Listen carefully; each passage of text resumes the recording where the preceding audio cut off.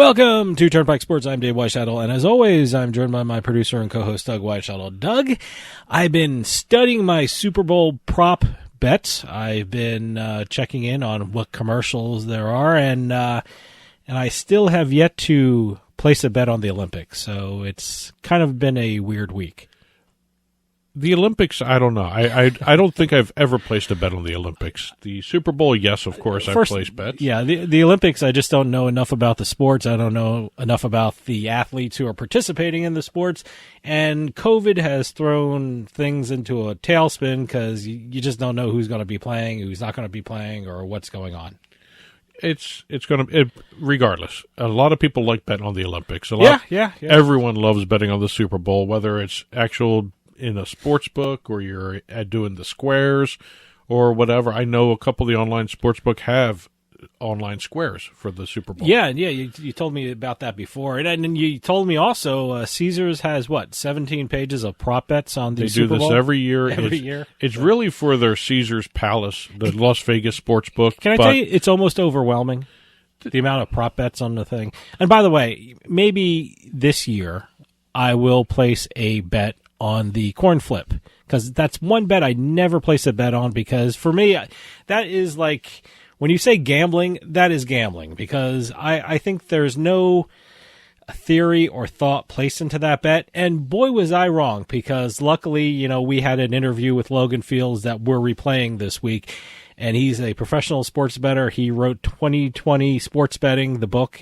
a fantastic book, and he actually has a process on how to bet the coin flip, which is worth the price of the book alone. But the book is so good. I have to admit, we're interviewing again today. It's a very research-oriented process of how to do the coin flip. It is, but it seems to be well worth it. Yeah. If you look at his results, yes. And like I said, this is a replay of a. I can't remember when we interviewed him. Back at the beginning of baseball season. Was it? Yes. Was it? But I asked him about the coin flip bet, and because that was fascinating to me, and very interesting answer. And it's a very interesting book. It's a great book. It's 2020 Sports Betting. And in addition to the interview with Logan Fields, we're going to have a Beatin The House segment. We're going to have our Super Bowl picks and bets, and maybe we'll throw some prop bets in there. Who knows? And we're also going to have a book report. So, but right after the rundown we're going to have here, we're going to have Logan Fields on. Today's trip down the Turnpike is brought to you by Drizzly, your online liquor store. Available in over 95 cities across North America, Drizzly offers a huge selection and competitive pricing with a side of personalized content. Now there's no need to leave the house. Get alcohol delivered in less than an hour by Drizzly. Head on over to drizzly.com and order today. And now get $5 off your first order of $20 or more when using promo code DRINK19 at checkout. Shop beer, wine, and liquor with drizzly.com. Exit 1. Well, we're going to continue our conversation because we do have the really two big events going on. Coming up, we have the Super Bowl, or as everyone refers to it as the big game. I hit on the topics of Exit 1? Yes. Really? And all right. We have Olympics going on right now, and everyone is predicting record amounts of betting on both. We've got Play USA released a study saying that they're expecting that bettors could be placing over $1 billion in wagers on legal sports books for the Super Bowl. Okay, so they're not counting the offshore books, and they're also not counting, I guess some offices have the squares that you fill they're in, not or some of the sports bars you go into, or any bar or restaurant, they have the squares. Play USA is saying $1 billion in wagers on Super Bowl 56 at the legal online and retail sports books across the country. Okay. And they're looking at it in terms of between what happened the previous year regarding the Super Bowl betting and also what the status of the country is now, because between last year's Super Bowl and this year's Super Bowl, there are now about 9 more additional states that are offering legal sports betting. I was about to ask that. I was wondering how it grew since last Super Bowl. Well, according to last year's numbers, 120 million people lived in 21 legal sports betting jurisdictions for last year's Super Bowl. Last year, okay. We now have 30 states and Washington, D.C. all have legal sports betting in some way, shape, or form that's actually in operation. So we're looking at more than 166 million people having access to legal sports betting. That's incredible. For last year's Super Bowl, it was only 120 million. There's another 46, 47 million people that have access to legalized sports betting. You know, I can't wait to see the numbers after Super Bowl because, look, not only do we have a lot of states, we have the state that launched mobile sports betting, and that's New York. I'm very curious to see the numbers coming out of New York. Well, New York is already blasting by records everywhere. It's incredible. So it's crazy. It's going to be fun to watch that. But in terms of the Olympics now, too, because we also, the same numbers apply to the Olympics. This is actually the second year that people are going to be able to bet on the Olympics from their mobile devices. So the Winter Olympics, what was the last Winter Olympics? 4 years ago. I guess 2018? Yep. So, yeah, no, I guess we had sports betting then. And according to this we just got sports betting. This was the report from the American Gaming Association regarding the Tokyo Games last summer. 20 million American adults. I have to say American adults. 20 million American adults. How about children? What were the children exactly. Betting? Were children betting? We'll be talking about that in the Beat the House segment. Another section on the children betting. Good. Okay, great. It was 20 million American adults planned to bet on at least one event during the Tokyo Games last summer. We did bet on the Summer Olympics in great numbers, right? Okay, right. So this is the second time for the Winter Olympics. Exactly. Now, the one thing I noticed, a lot of people are raising the point that the professional bettors really do not bet on the Olympics. It's more of a casual bettor. Well, yeah, I mean, area. Like I said, I don't know any of the athletes involved. I don't know. I never watched the sports involved. I mean, this is the Winter Olympics. I'm not gonna sit down and watch figure skating. I know a lot of people like figure skating. It's just not for me.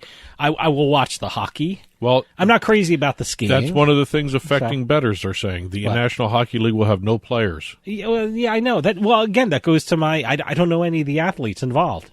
Well, yeah, it'll be interesting. I mean, like I said, I've never bet on the Olympics in my life. I don't intend to this season. I want to see the prop bets for the Olympics. I have to check them out. What do you mean in terms of number of medals? Some guy I don't know who's like a star in Russia that I wouldn't know about. He'll probably get 5 goals and everyone will be fascinated. But, for bettors, it's going to be, I don't know the guy. I don't know what he does. I don't know if I'll ever see him in the pros. So. The other aspect of the Tokyo Olympics here, or the Beijing Olympics, I'm sorry, is their COVID policy. Well, that's another thing. Like I said, I don't know what's going to happen. I mean, I could place a bet on someone, and all of a sudden they're in COVID protocol. But we should be looking, especially with New York involved now, there should be records set for both Olympic betting and Super Bowl betting.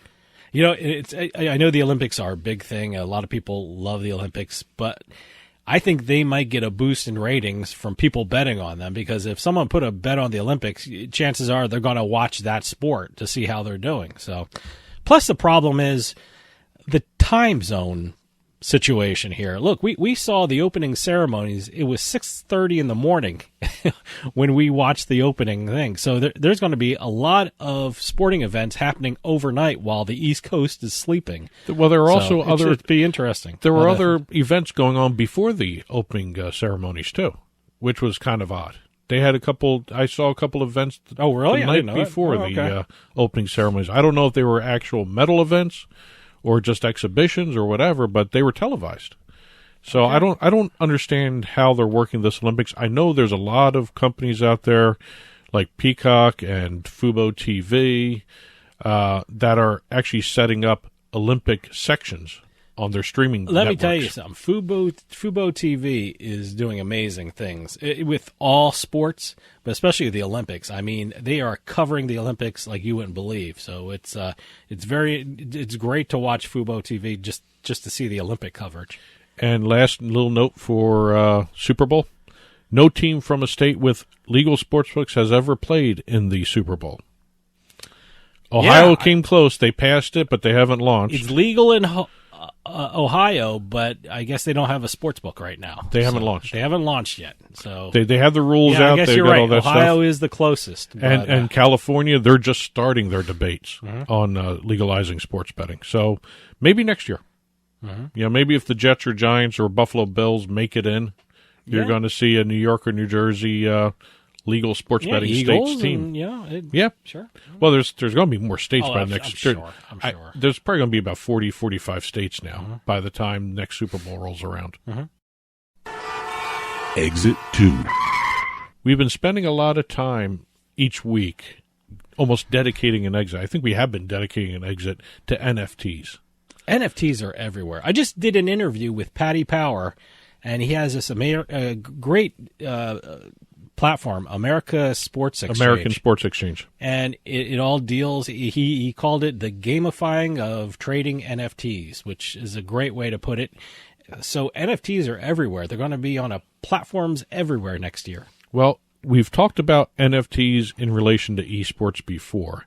And usually what you see here with an NFT and an esports organization, they are selling the NFTs that has some kind of utility or some kind of special benefit that the purchase of the NFT unlocks, whether it's like a meet and greet or some kind of avatar that you get to play on the esports tournaments, that sort of thing. Well, we've got a group, 100 Thieves, who are bucking that trend. And I said bucking. Bucking that trend how? They have released, let me get the number right here.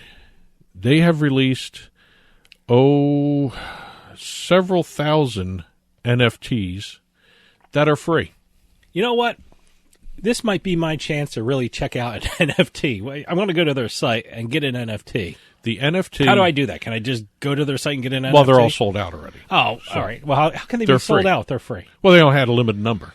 They're collectibles. There's no utility involved. I wish you tell me this before they sell out, or not sell out, but before everyone grabs them. I wanted to get an NFT. I have yet to own an NFT. Well, I just people are having these NFTs worth millions of dollars. To get a free one would be great. Let's take a step back. These NFTs, all right. 100 Thieves just won the League of Legends Championship Series. Okay.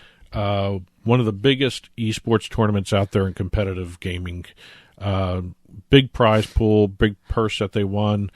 And to celebrate, they gave each of their players and their coaches diamond necklaces. Okay. Very unique, one-of-a-kind diamond chain necklaces. Okay. And what the NFTs are images of those necklaces. Now, I think there's some variations in them, but they created NFTs not to give anybody some kind of special access to anything. You didn't have to buy just these a things. Souvenir. It was a collectible. Souvenir. To celebrate their championship, which is very unusual for an esports organization to do. Most of the time you see them trying to raise revenue or doing something very unique with an NFT. Well, this is not something nice for their fans. And right. It's actually kind of interesting to see a esports organization do that. I saw the necklaces they gave out. I can't call them they're chains. Necklaces, yeah. But I've seen the chains. The chains are amazing looking.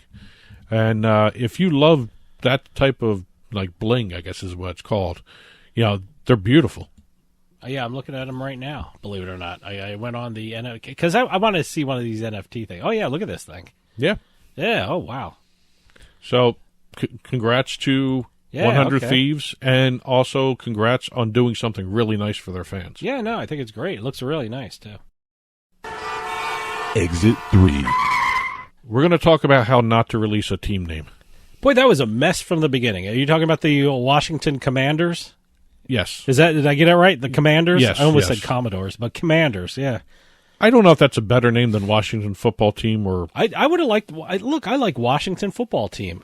I like it when soccer teams name that, FC? The New York Football Club, or I like the Washington Football Team. So apparently, it was a big mess to begin with. I think before they had their naming ceremony or whatever they're calling it, I think the night before, Joe Theismann was doing an interview, and I think he said, the fans are really going to like the name Commanders. And, I guess he let the cat out of the bag pretty quickly. And then someone took a picture of the hallway, right? Everything was so messed up for this. Monday, They announced her name on Groundhog Day, Tuesday, February the 2nd. Okay. Yeah. No, Wednesday the 2nd. Wednesday the 2nd. Okay. And what happened on Monday was the Joe Theismann interview. Where it was a Monday. Okay. He kind of let it slip that the name was Commanders. I didn't see the interview. I still haven't seen the interview. Well, I think it was something in the vein of he said, I think everyone's going to like the name Commanders. And wasn't there something about they reserved a website or a domain name or something like that? Last week. Okay. And this was even before Theismann. This is something that should be quiet, and really in the past. How can it be? In the past, it would go unnoticed. Yeah. Nowadays, it will never go unnoticed because there are people combing not only the Patent Trademark Office but also the GoDaddy sites, the ICANN web what we're address talking sites. about is someone, I guess, Here we go. for the team Last week, reserved the domain name, right? Commanders.com, which was already reserved to a private address. Commanders, So would they buy it from that private address or something? they did something to it. Okay. Commanders.com was moved to Mark Monitor. Okay. That's the registrar that the NFL uses for all their domain names, team as well as league. So somebody noticed that maneuver, Commanders.com, because there were other ones out there. I think there were like 5 or 6 other names that were like the Red Tails and Like a Red Wolves or something there was like there that. was all kind of stuff there, but the one that made the move to Mark Monitor was only Commanders.com. Okay. So that was a tip-off right there. Then the day before the big announcement, the gift shop, the pro shop at the stadium, did not cover their windows. On the back wall of the gift shop was the word Commanders in big burgundy and yellow lettering. I saw the picture. Someone took a picture. And someone also did another thing. They took a picture of the Commanders merchandise being delivered. I actually like the uniforms. I saw pictures of the uniforms. I don't know. I like the black ones. It takes me a while to actually. They have the W in the front. Yeah, of the helmet I kind just of thing. I like it. It takes me a while when teams get new uniforms. I'm still not even liking like the new Jets uniforms. Yeah. I certainly hate the new Patriots uniforms. I miss the old Patriots uniforms. What, Pat Patriot? Yeah, I don't like Elvis, the Flying Elvis. I don't like that one. But again, it's a matter of getting. Well, I used know to it too. Eagles want to go back. Well, not the Eagles themselves. The Eagles fans want the Eagles to go back to the Kelly green instead of the midnight green that the Eagles are wearing. So I didn't like that change either. But again, it's. And again, then you have the Color Rush uniforms in the NFL. Oh yeah, I'm curious to see what the Color Rush Commander uniforms look like. I guess they're going to be all burgundy. Hopefully, they're not all yellow. well, I think they're all burgundy. There's one all burgundy. I think there's an all black one. I don't know if that's a Color Rush one, but no, I kind of like those uniforms. Staying with the NFL before we get out of this exit, Okay. the New York Jets have been from research by VegasSlotsOnline.com have the worst fans in the NFL. What kind of research are they doing? They did a study on stadium. A study? Yes. Okay, a study. They did a stadium attendance. Vegas Slots Online just did a study. Yes, I know. Okay. They Take get this with a grant money grain for of that? salt. Okay. Take this with a grain of All salt. right. The study had different aspects of the team itself: the stadium attendance by the fans, social media interaction, and TV viewership. The Jets actually had the third highest stadium attendance, Okay. but all the other categories, social media was the worst. The Instagram, 0.8% of their fans and followers on Instagram only liked some of their postings. The Jets also had the worst local household TV viewership at 7.12%. So the results, really quickly here, we're giving this short shrift, and it was actually kind of funny to read the study. Here are the worst teams. The teams with the worst fans. Jets, number one. According to Vegas Slots Online. Right. Don't attribute that to us. Jets are the first ones with the worst fans. Then Lions, Washington Washington Commanders, the Jacksonville Jaguars, and the Steelers. The fifth worst fans. Certainly a lot of that is associated with the team record. I Yes, mean, look, yes. I mean, if the Jets had 10 wins, that'd be flipped. So the Steelers had the best TV viewership, by the way.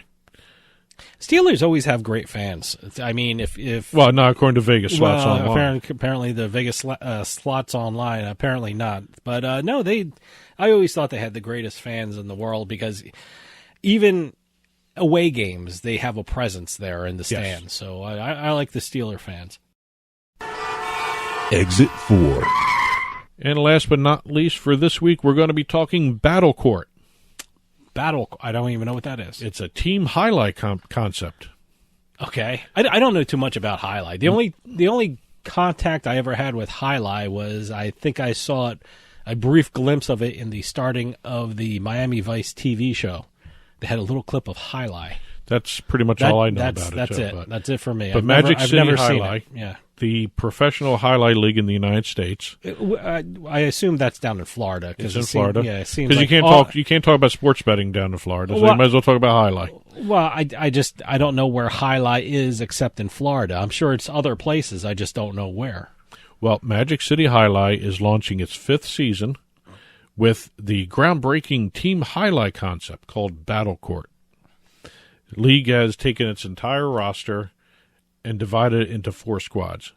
The old teams don't exist anymore for this season. They took the entire league roster, broke them into 4 teams, 4 squads, and they'll be competing head-to-head against each other in both singles and doubles competitions. You know, I almost have no reaction to this. I would love to see what the reaction is to hardcore Highlight fans. I've never met a hardcore Do they highlight like fan. this? Well, I know you can bet on it, but do they like this? Do they like splitting up the teams? I wouldn't imagine Major League Baseball fans or NFL fans would like their team broken up and just put into 4 different teams. So I'm curious to see what Highlight fans think of this. Well, they're going to be doing singles and doubles matches all the way through to a playoff and then a championship series.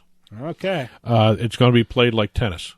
It's going to be Now, can I watch this somewhere? Because I'm games kind are. of interested I in am see telling what you this is. right now. Games are live streamed via the Highlight app. There's a Highlight app, and at watchhighlight.com. The problem with that is, how the hell do you spell Highlight? Jaialai. Would have never guessed that. I only know it because it's in front of me. Would here have in my never notes. have guessed that. But they're going to be doing 3 games a week, Okay. and they're going to be played in Miami, Florida. Played like tennis. 2 out of 3 sets played to 6 points each set. Players have 2 serves. There's no deuces. There's no extending it. It's always the final point will always win. There's no extending the set itself. This means so little to me. I have I just thought it was interesting earthly that idea what you're this seeing- game is about. So what you just told me is I wouldn't know what that meant. I wouldn't know how big of a change that was from the regular Highlight matches. They don't play it like tennis. Okay. That All right. much I know that much. Okay. But it's going to be kind of interesting. I just figured every sport's doing something different, and now even Highlight's coming up with something different. I wonder if this has something to do with betting. Well, I'm curious why Highlight. I mean, it's been around forever. And a lot of people, especially in here, New Jersey and the Northeast, you really don't know too much about Highlight. I'm surprised that it hasn't tried to make a move, to other states or tried to make. Well, I mean, there's a million ESPNs. Why isn't Highlight shown on one of the ESPNs like at 2:00 in the morning? Huh? I'm wondering why table tennis took off, but not Highlight. Yeah, why are people betting like crazy on table tennis in Colorado and Oregon? And Highlight has been around for so long, and it's not really catching the eye of bettors. Well, I may check out Battle Court. Okay, well, yeah, I'll check it out. And today's trip down the Turnpike was brought to you by Drizzly, your online liquor store. Available in over 95 cities across North America, Drizzly offers a huge selection and competitive pricing with a side of personalized content. Now there's no need to leave the house. Get alcohol delivered in less than an hour by Drizzly. Head on over to drizzly.com and order today. And now get $5 off your first order of $20 or more when using our promo code DRINK19 at checkout. Shop beer, wine, and liquor with drizzly.com. And as always, you can get in touch with Turnpike Sports by calling or texting us at 609-512-5910. That's 609-512-5910. At Turnpike Sports is the show's handle on Facebook and Twitter. At Turnpike Sports Radio is our handle on Instagram. And as always, our email address is info@turnpikesportsradio.com. And don't forget, you can listen to the show via Spotify, Amazon Music, iTunes, radio.com mobile app, as well as Stitcher and YouTube. You can also watch us on your smart TV, Roku, Amazon Fire, Apple TV. Head on over to turnpikesports.net. You'll be able to watch our video channel there. Well, we got a great show coming up for you. Got a Beatin The House segment. We have our Super Bowl bets and picks, and I'm not sure what we're going to be doing. I know we got some, I guess, with spread, and we'll try the over/under, and maybe some prop bets. We'll do the spread and the total. All right, yeah, maybe some other stuff. If I try to figure out the 17 pages of Caesar's Sportsbook prop bets, I need a bookmark to go through some of those. We're going to have a book report, but right after this, I'm talking with professional sports bettor Logan Fields, who wrote the book 2020 Sports Betting. And it's an absolutely great interview. There's a lot of great tips Logan talks about, and I'll be talking to him. It's a replay of a interview I did earlier in the year, but it has some great Super Bowl betting tips on how to bet and things like that. So Logan Fields is coming up right after this on Turnpike Sports.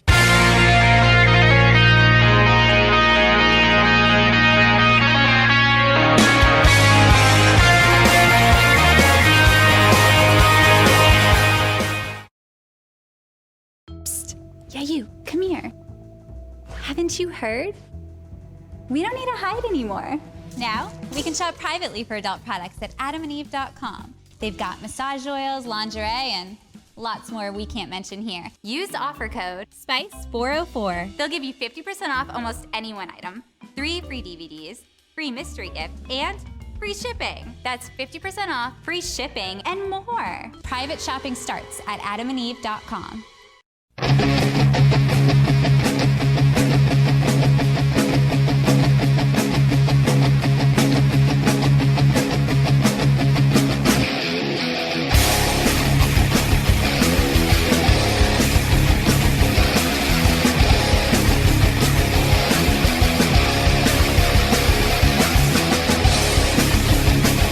Welcome back to Turnpike Sports. Doing this show, I get to read a lot of books about gambling and sports betting, and recently I just read one of the best. It gives you tips about betting on football, baseball, golf, and even lottery.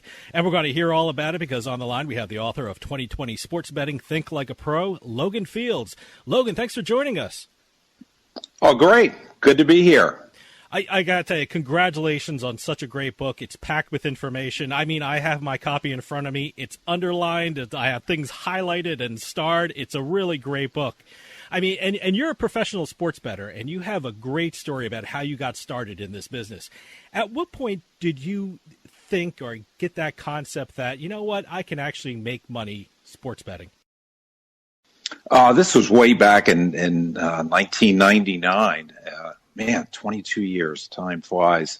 I was driving home from work, and the concept of betting on sports online was completely foreign. And I kept hearing ads on sports radio about this casino, that casino, or that sports book. And eventually I looked into it, and I couldn't believe what I saw. There was just hundreds of sports books. I signed up that very night because I wanted to take advantage of the Match Play Golf Championship. And if you follow golf at all, this is the annual competition where they'll pit the number one seed against the 64 seed, and they'll battle it out. And I knew there had to be value in underdogs because that old cliche, any player can beat any other player on any given Sunday. Well, it doesn't apply to golf exactly, but I knew there was value. I jumped on and had success pretty quickly. That weekend, I think I sent in $1,000 on my credit card. I mean, I didn't have much to start with. And by the end of the weekend, I was up to $2,000. I mean, it doesn't sound like much, but this was the best sports betting week of my life. So I continued on, and I found one play that just really set me to high heights. The field bet in golf. When Tiger's listed to win a tournament, he'll be, let's say, 8-1, or in the past, of course, that doesn't apply now. But they also had a second column where you could bet at reduced odds whether he will place in the top four, and that was reduced by four times. So you got 2-1 for him to place in the field. So I looked at the sheet and I saw that they had the field play, which is everybody else not listed. They would have 30 guys listed. And by betting the field, you're taking everyone else. So to win, you could bet 4-1 on the field, but they also had that place wager where if anyone in the field finished in the top 4, you would win even money. And I did some calculations, and I figured that I had about a 95% chance of winning that bet. I mean, if you're listing 30 golfers, what are the odds that those 30 will finish top 4? There's always going to be somebody else. So I knew it was just a gigantic opportunity. So I spent, the next days and weeks at Western Union outlets sending all the money I could to these offshore sports books. And sure enough, I was off and running in no time. And undefeated, I think I played it probably 2 or 3 months before they eventually stopped offering it. So that's how I got my start, pretty much on one play, and I was off and running from there. It's a great story that you set out in your book. I mean, and I'm curious, what was the inspiration for writing the book, 2020 Sports Betting Think Like a Pro? I mean, who did you want to reach with this book? Primarily recreational bettors that I figured I could provide some insight that might make their betting more enjoyable. It's not going to be for the guys building models, the sharpest of the sharp. They might find a couple tidbits here and there, but mostly I'm reaching out to recreational gamblers and to teach them how to up their game. It's not like other books where I'm going to go over what's the value. Should I take the 3? Should I take the 3.5 at -130? Not a lot of discussion there. I'm pretty much specifically addressing actual bets that I made and the thought process behind it, which is the title of the book, Think Like a Pro. I want to inform the readers of how you can be successful at this. I want to jump right into the book. And since we are approaching the Super Bowl, is that the most popular sport to bet on? I mean, regardless of if you're a professional sports bettor or a recreational bettor, is football king in terms of betting? Football is king. It's always been king. The limits are higher. The opportunities, we're talking hundreds of prop plays, opportunities for college and NFL pros, the NFL. And it's just unbelievable opportunities.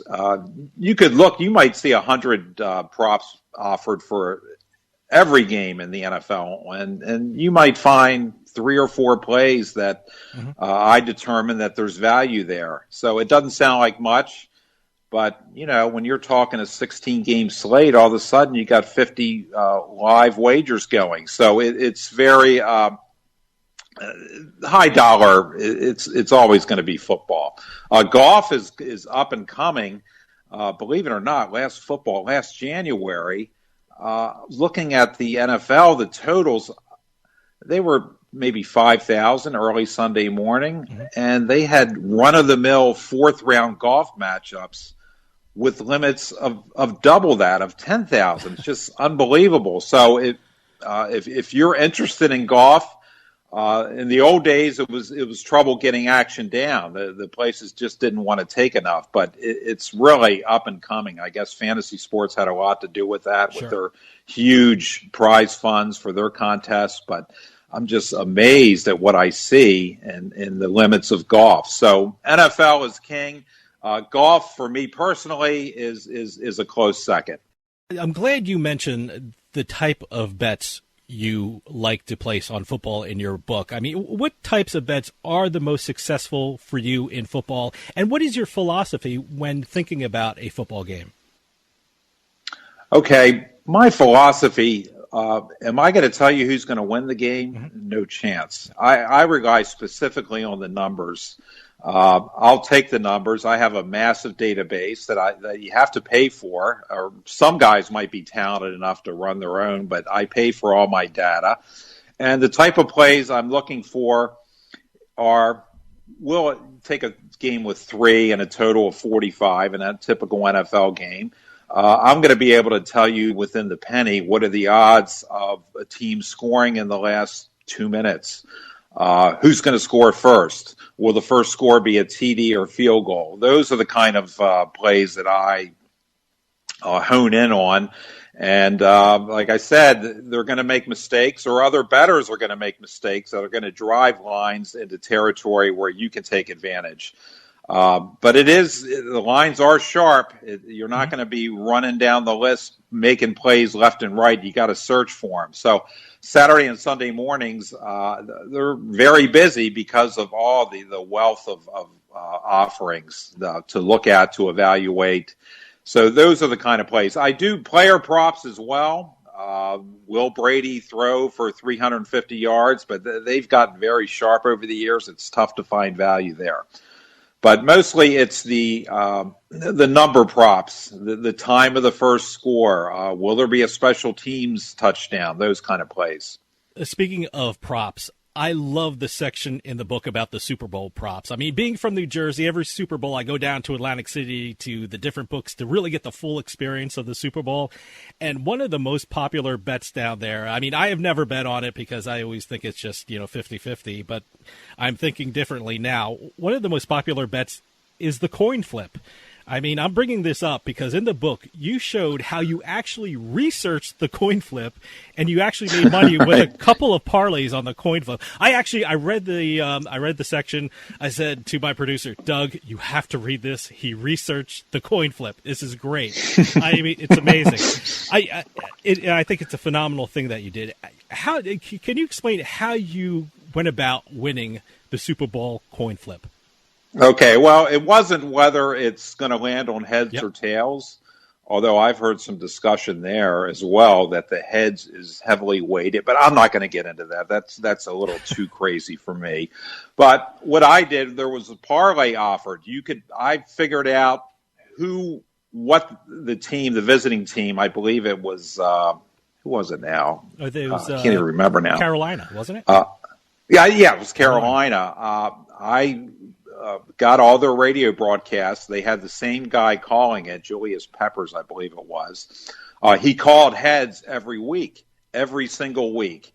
And I knew that there shouldn't be anything different. He was strictly a heads guy.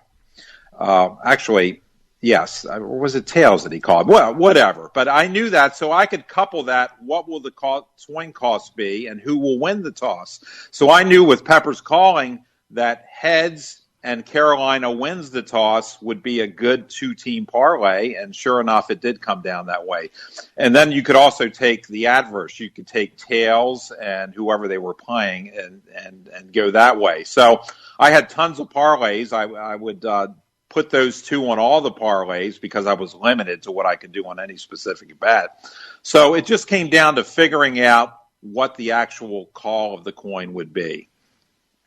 I haven't seen that offered lately. I look eagerly each year for a chance to do this again, but sadly, haven't seen it offered in recent years. One of the great things about betting Super Bowl props is now that has that one thought in my head from your book. And you said, I wrote it down, and you should probably make T-shirts out of it. We'll sell it in Atlantic City and Vegas. You said for Super Bowl props, take yes and over for fun, no and under to make money. What do you mean by that? And I think it's such a great saying. The public basically likes to bet for things to happen. They want to see Brady throw for 400 yards. They want a running back to rush for 2 TDs. They want the premier defender to get the interception. So public money is always going on the yes for things to happen. It's no fun.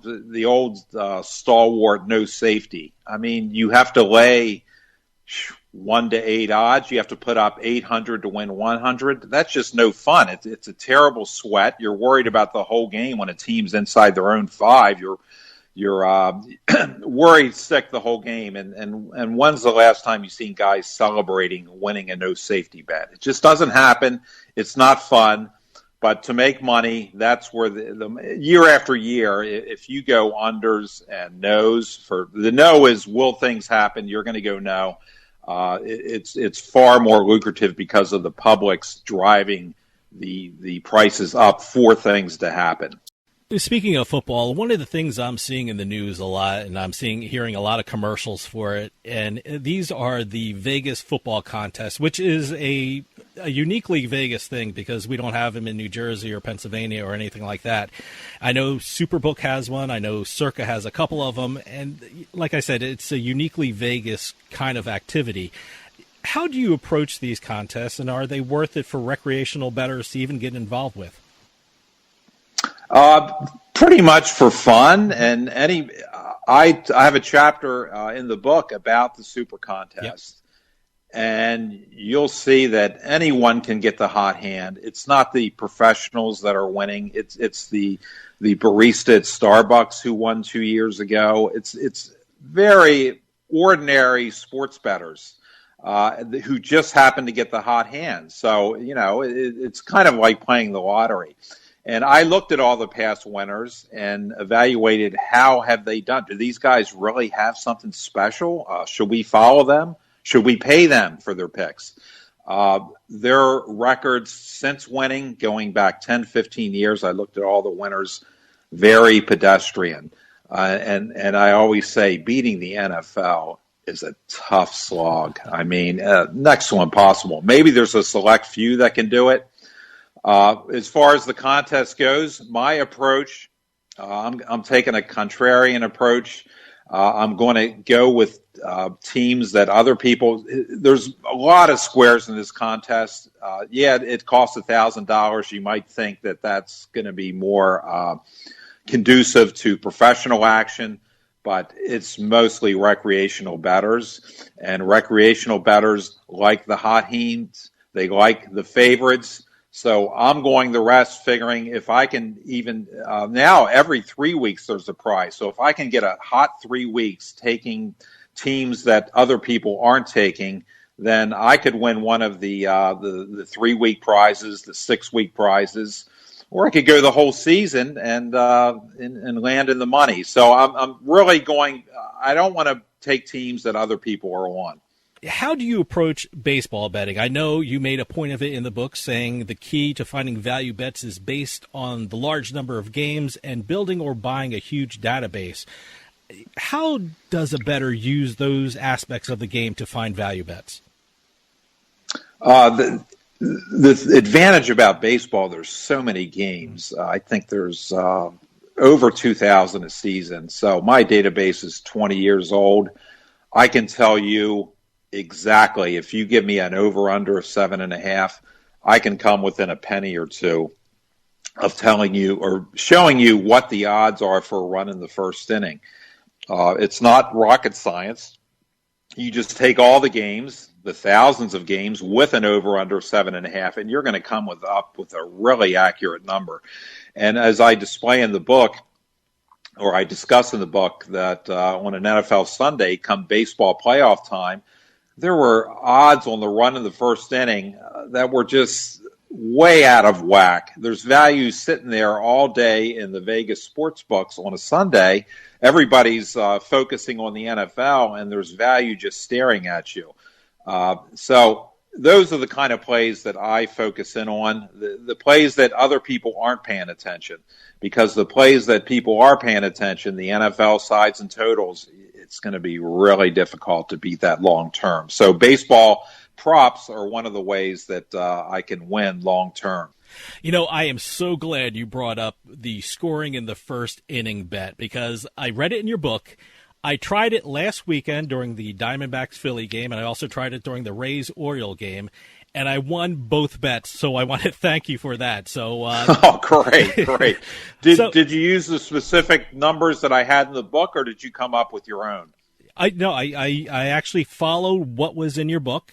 And, I looked at the different matchups, and, and it really, really worked. And I was quite frankly shocked that it did, but it was like a revelation to me. So, can you explain that a little more for the people out there? How should a bettor approach placing a bet on whether there will be a score in the first inning? Okay. I have my database. It's tough to start from scratch. So, you're probably going to have to pay for that. But if you're serious about getting into this, I'll look at the total. I'll see that, let's say it's 7.5. for a Major League Baseball game, you can find, and I'll throw in the run line as well. Say it's minus 150 for the home team. I can find in my database 500 games with that exact scenario. So if you run the numbers, you can figure out exactly what the odds are that there will be a run in the first inning. Let's say it's 260 times there was one scored and 240 times there was not one scored. That means the odds are roughly going to be minus 110 on the yes. And with an over-under 7.5, that's pretty low. You're going to have some studs on the mound. And once again, the public enters and they're thinking, oh, this is easy money with those two guys. There's not going to be a run in the first inning.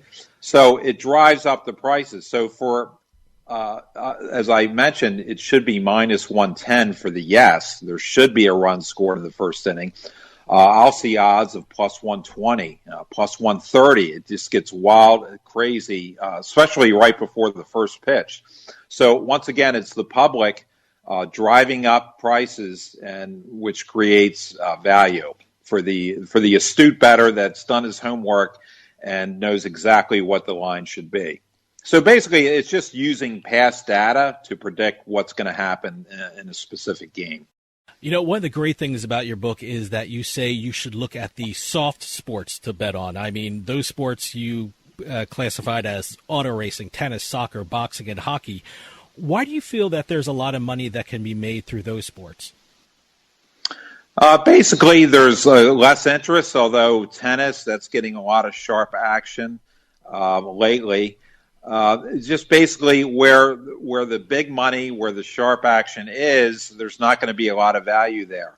These are lower limit sports, and it's just a way to make money with lower limits. I'm not one that's going to have a $10,000 wagered on a football game, but I may have 100 bets with 200 maxes. So, it comes out the same. You're not going to have the big highs and the lows.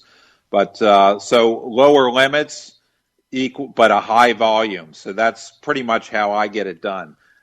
Tennis, you mentioned. I do some tennis over-unders with sets. And once again, I have a database there as well. So I'm very seldom am I making a bet because I think something's going to happen. I could show you why I'm making the bet based on historical information. If you got a big serving guy like John Isner, what are the odds that his match is going to go over 25.5 games? Things like that. I can show you with data why I'm making the plays I do. Very little intuition goes into what I'm doing. Speaking of soft sports, I'm always astounded at how anyone makes money off of table tennis, but I know they love it in Colorado, so good for them. If you make money off it, great. But right. I'm interested, you mentioned hockey as one of the soft sports, and, here in New Jersey, I'm constantly getting promos for the Philadelphia Flyers, Jersey Devils, New York Rangers, New York Islanders. The fact that sports books are really paying attention to these sports in the form of promos, is it harder to find value bets when sports books really concentrate on sports like that, the soft sports as you call them? I believe because if there's enough focus, suddenly that soft sport turns into something a little more harder. Once again, as far as winners and losers in hockey games, I don't have a clue, but what I focus on is what team will score first. What are the odds that a game will have the winner will have 3 goals? Will there be overtime? Scoring in the first 10 minutes. So those are the kind of props that I look at. They're still soft because, once again, limits are low and the sharp action is not going to gravitate towards these kind of plays.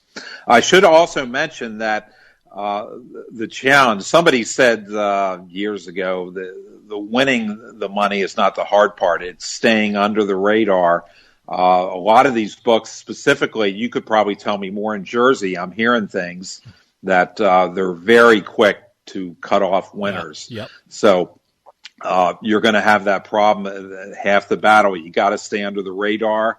And once in a while, there are higher dollar plays that I'll make on a side or total, just to not only be a prop specialist, which is going to get their attention. So sometimes it's required to mix in some action, depending on the specific sports book. I mean, there's some books that will take on anything and everything, and you don't have to worry about that. But I understand that is a problem playing the props, especially in Jersey. Well, I want to ask you about another challenge, in that sports betting is constantly changing. And one of the reasons is that sports are changing. I mean, in football, they moved the extra point back. There's a 2-point conversion. Kickoff returns are really a thing of the past. And now there's 17 games a year. In baseball, in extra innings, there's automatically a guy on second base that you have to figure out how the odds figure in with that. And just now, with regard to the NBA, I know books are now taking into consideration the idea of load management, making the season totals a little lower from what they have been. How are you as a sports bettor adapting to these changes, and how can you follow the trends when, things are changing that quickly? Boy, Dave, you really hit on something with this baseball extra innings. I heard a month ago they weren't going to continue it for next year by putting the guy on second base to start the extra innings. But these are the kind of things that come up and you can make some money. I looked at that extensively. I've been monitoring it all season.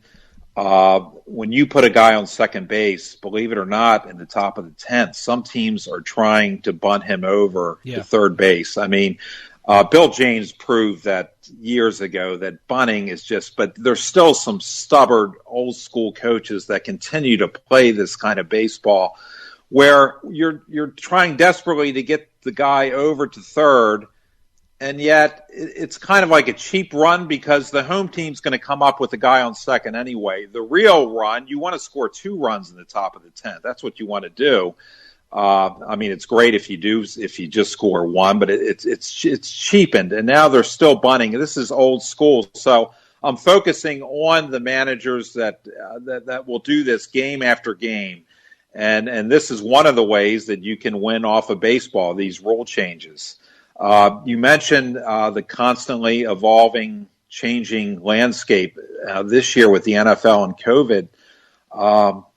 Who knows what's going to happen with these season over? They've said that last year they got in all the games, but this year they said there's going to be forfeits. If they can't fit them into their 18-week schedule, teams are going to forfeit games.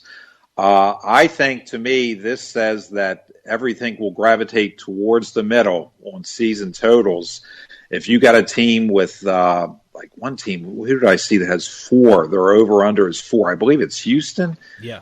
I mean, and then you have other teams on the other end of the spectrum that are at 12. I think Tampa's at 11.5. Kansas City 12.5. When you throw in the intangible of potential COVID-related forfeits, this throws everything out of whack. So I'm thinking overs on the lower. The teams with lower win totals, and under on the teams with higher win totals. So it's constantly changing. The extra point you mentioned as well. The lack of kickoffs, that I discussed that in the book as well. That you've seen a sharp decline in special teams touchdowns. And I think the books are finally catching up, but for a year or two, that was very lucrative. You just take no, because you're eliminating 10 to 15 touchdowns a year on kickoff returns, and there's only 256 games, so that's significant. So these are the kind of things, anytime you see a rule change, if you analyze it correctly, you can find value in props that you would basically ignore in the past. Now, in terms of betting, you said that golf is your favorite sport, and the section on golf betting is so good in 2020 Sports Betting Think Like a Pro. It's a fascinating read. What is it about golf that makes you a successful bettor in that sport? Okay. Years ago, I would look at the board. I would analyze. I would do the old school method of looking at course form, current form. That has gotten a lot more difficult. There's way more sharp action than there was 10 years ago, and the lines are very tough. It's almost getting to be like the NFL. The lines are really sharp, and you're talking a 30% spread. It is tough to beat, but that's not saying there are not opportunities that come up. I talk a lot about golf injuries in the book. When you talk about the NFL, Tom Brady, he didn't practice on Friday. There's a flurry of activity. The line moves, and he's one guy on the 50-man roster. On golf, when you have an injury, he's the whole roster. I mean, that's it. And if you find out a golf is injured, he's not going to play most of the time. They always say the old cliche, beware of the injured golfer, but that's pretty much just a cliche. I haven't found that to be accurate in real life. I mentioned in the book, I read the night before the British Open starting, and there was a golfer, Chris Wood, who was crying in tears because of a neck injury. And when I'm handicapping a golf match and I see that one of the combatants is in tears the night before he tees off, that's a green light special to me. I think that can go for any sport. I mean, anytime you got guys crying, that can't be good. So I jumped on Chris Wood for all that I could. I mean, I didn't even know much about him. The only thing I knew about him is he was a tall, skinny guy. He's like 6'6". But other than that, I saw the tears, and I faded him big time. And believe it or not, the next day he played 12 holes and then dropped out. Mm-hmm. And it's not like tennis where the match has got to go the duration. In golf, you hit one shot and you drop. The other side's a winner. So those are the kind of things that I focus on. I'm getting away from trying to analyze because I haven't been real successful doing it old school and handicapping the matches in recent years. So now I'm kind of going after the low-hanging fruit. I'm spending time looking at the fantasy sites for information on golfers that may be injured or not at 100%. And what I really need, what would be great is to have a guy on site like a caddy or something. Can you imagine the information you could get from one of those guys? I think the PGA Tour would probably frown upon it, but man, that's on my to-do list. Is if I could get a contact and say, "Oh, this guy's spraying the ball, he's rubbing his neck," it would just be. And with the limits so high now, a guy can dream. In your book, you give incredible stories about how you bet on golf. And I think the great thing about the stories that you tell in the book is we get to look inside your thought process, which is very valuable for new bettors out there. Certainly injuries are important. Are there other things that new bettors should be looking for golf tournaments to get an edge? Is weather important? I know you mentioned weather a lot, too. What are the things that new bettors should be looking at when they want to make an educated bet on golf? Weather. There's also early, late tee times. I look at so many weather reports, and 99% I'm not finding anything there. But on a European event just 3 weeks ago, it was played in Scotland. When you play in Scotland, the weather is very fickle, and I found a big advantage for a guy playing early on Thursday and late on Friday. The bad weather was Thursday afternoon, and I think I went like 13-2 playing this. So there's opportunities. It's worth it. So weather can be a big advantage. Most of the time, it's a waste of time, but there are opportunities, specifically in the Scotland events, and once in a while, even in the U.S., you'll find sizable advantages, but mostly the British Open. You'll hear guys moaning every year, I was on the wrong side of the draw.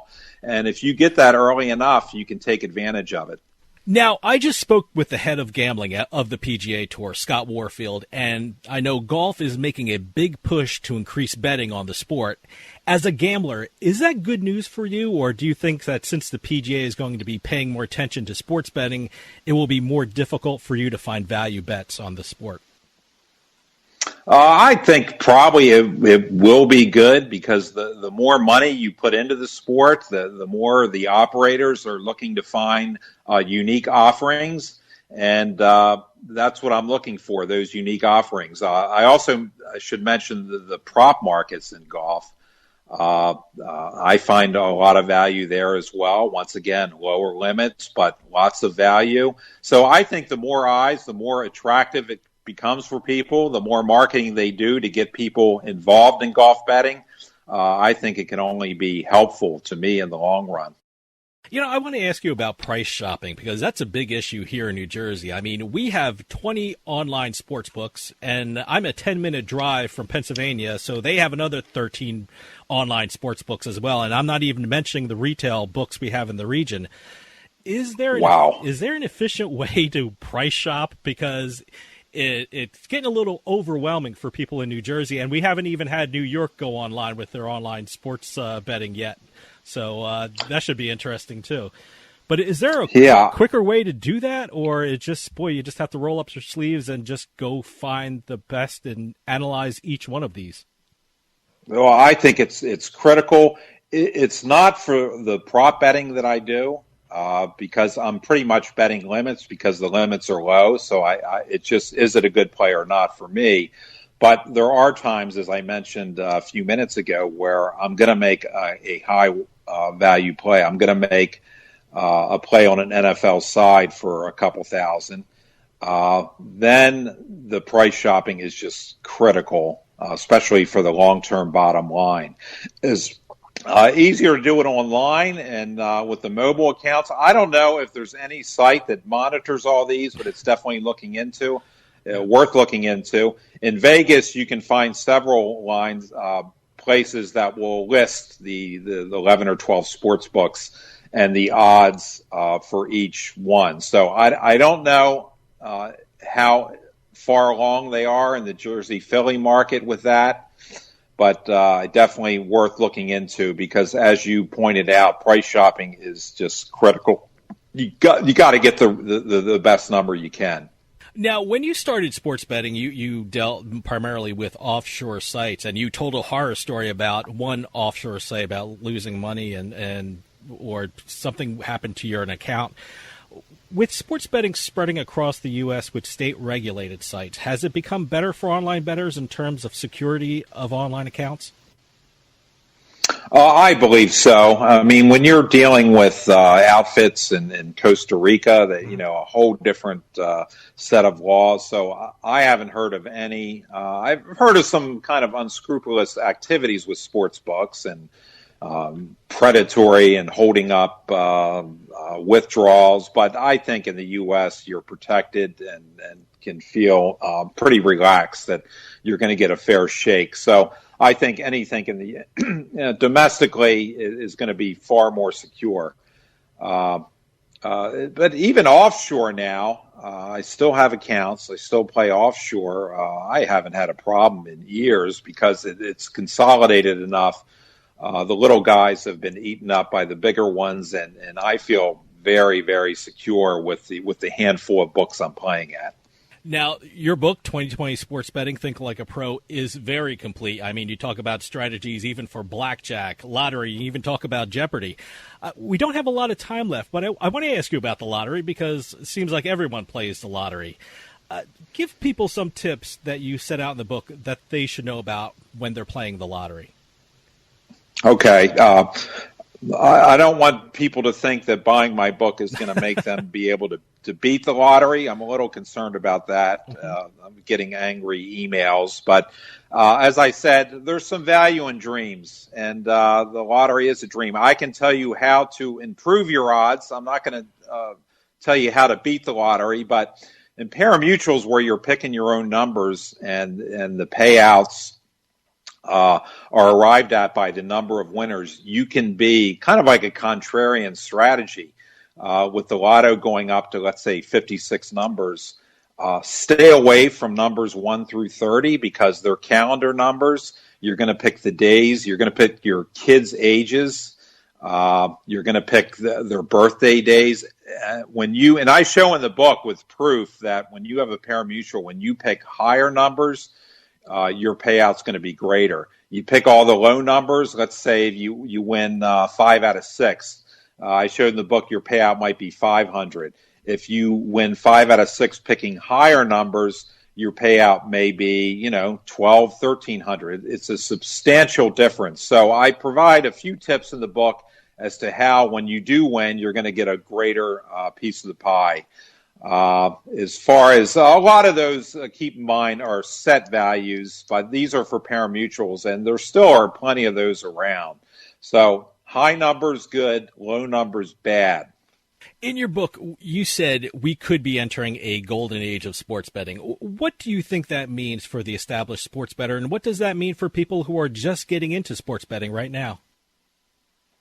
Well, you mentioned, Dave, there's 33 books within Jersey and Philly. I mean, and they're going to be scratching and clawing for all the action they can get, and I believe that offering unique wagers is one of the ways they will do that.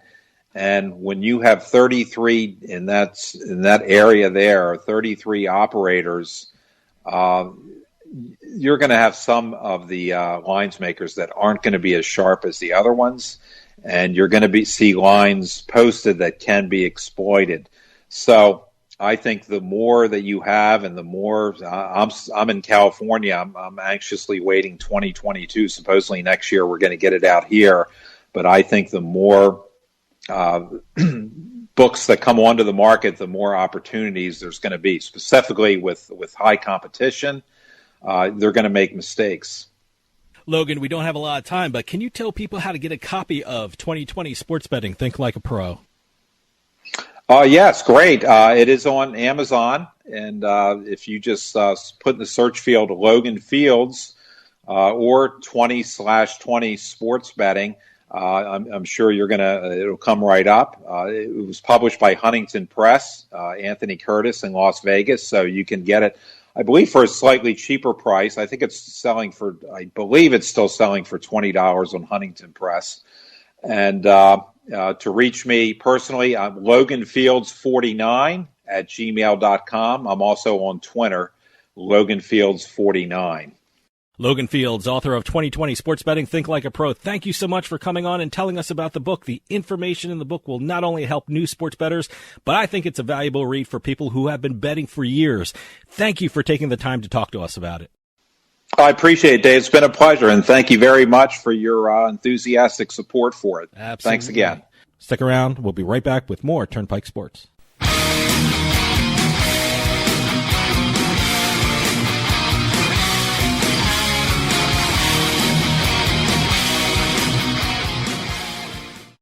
We'll get back to the show in a few moments, but I just wanted to take some time and tell everyone about Bean Genius, the smart specialty coffee subscription service.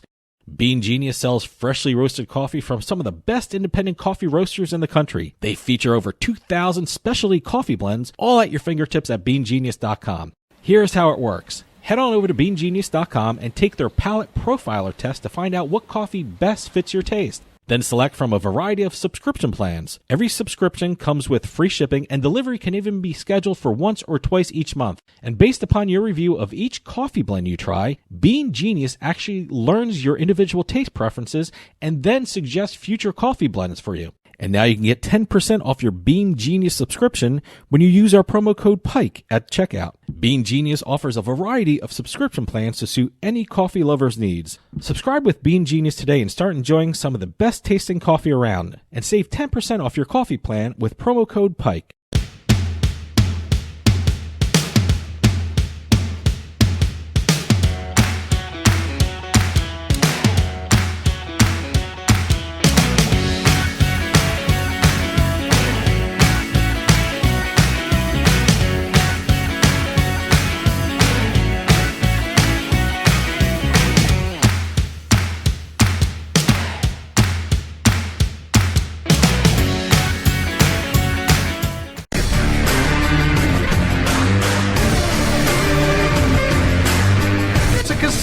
People gotta win sometime. Now, if you'll excuse me, I have a giant, colorful check to deposit. Beatin The House is brought to you by BetMGM Casino. Play your favorite casino games at BetMGM Online Casino. Slots, table games, live dealer games, everything you love about Atlantic City and Vegas, all online at BetMGM. Don't wait. Join in the fun now. Go to BetMGM Casino, create an account using our promo code Turnpike, and become a verified player. New players get $25 free when signing up, plus a first deposit bonus up to $1,000. That's promo code Turnpike at BetMGM.com for a 100% deposit match up to $1,000 plus $25 free. Grab a lion's share of the fun at BetMGM.com. Must be 21 years or older to place a bet. Terms and conditions apply. Gambling problem? Call 1-800-GAMBLER. And welcome to this week's Beatin the House segment, where we're going to be talking about the slot jackpots, the Keno jackpots, lottery jackpots, Gal progressive jackpots. We seem to be having a lot of those lately. Why are there so many Gal jackpots lately? I don't know. I just started playing that, too. I said it a couple of weeks ago. Maybe because you started playing it. Yeah, maybe everyone's catching the Gal fever. Yeah, all right. Well, anyway. But, hey, I since we started doing this, I've been kind of keeping track of the jackpots you see in the news lately. It was a big week if you played Aristocrat gaming machines, huh?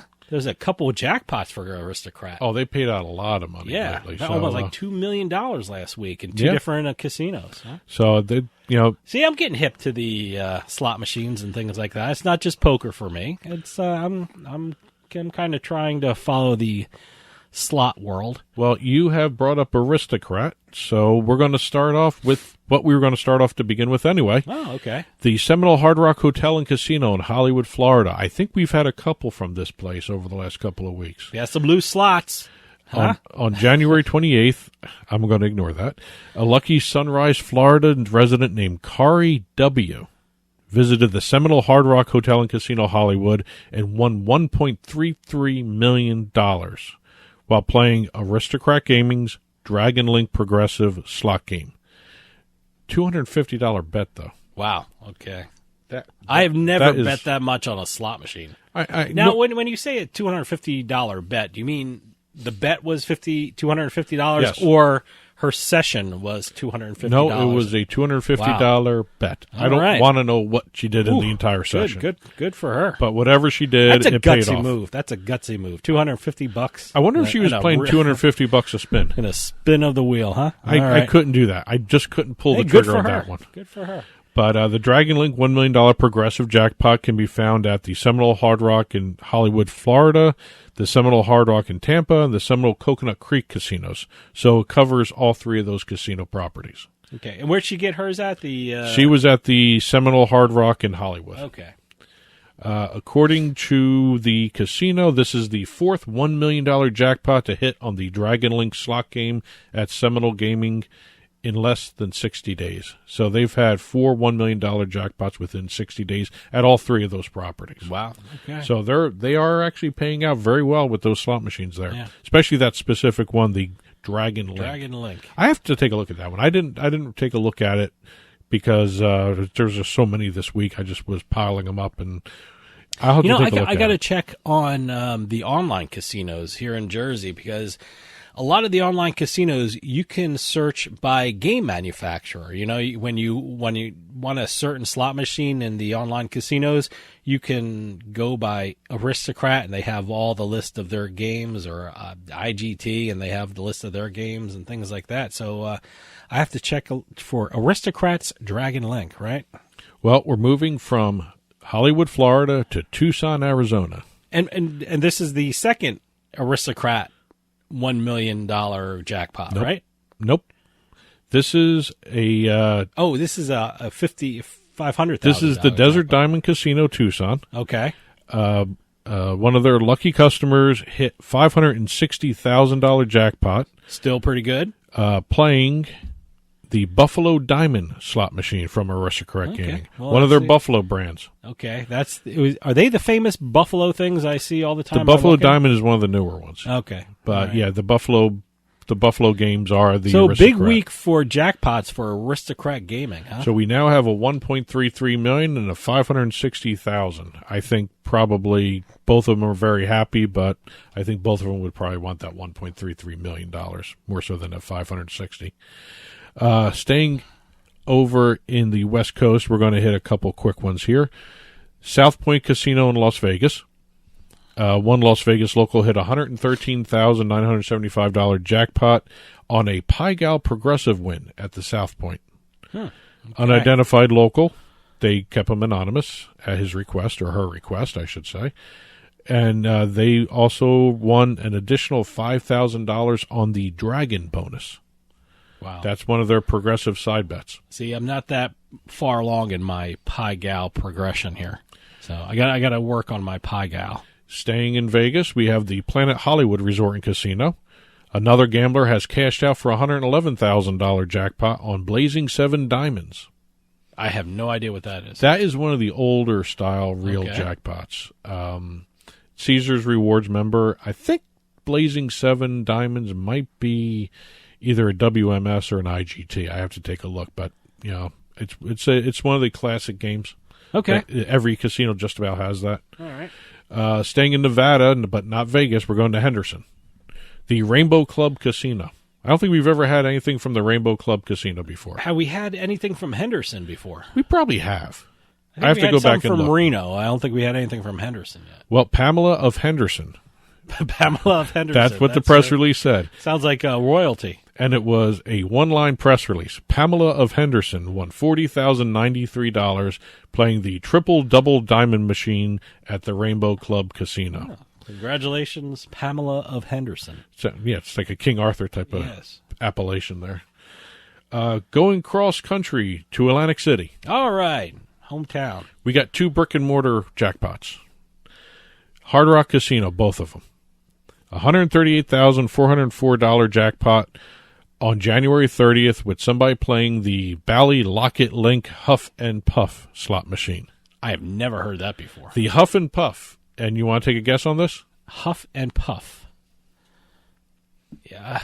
Is it a dragon type of thing or 3 little pigs? Oh, I'll huff and I'll puff and I'll blow your house down. All right. And that's what happens in this. When you hit a certain feature, the big bad wolf comes in and blows you a jackpot.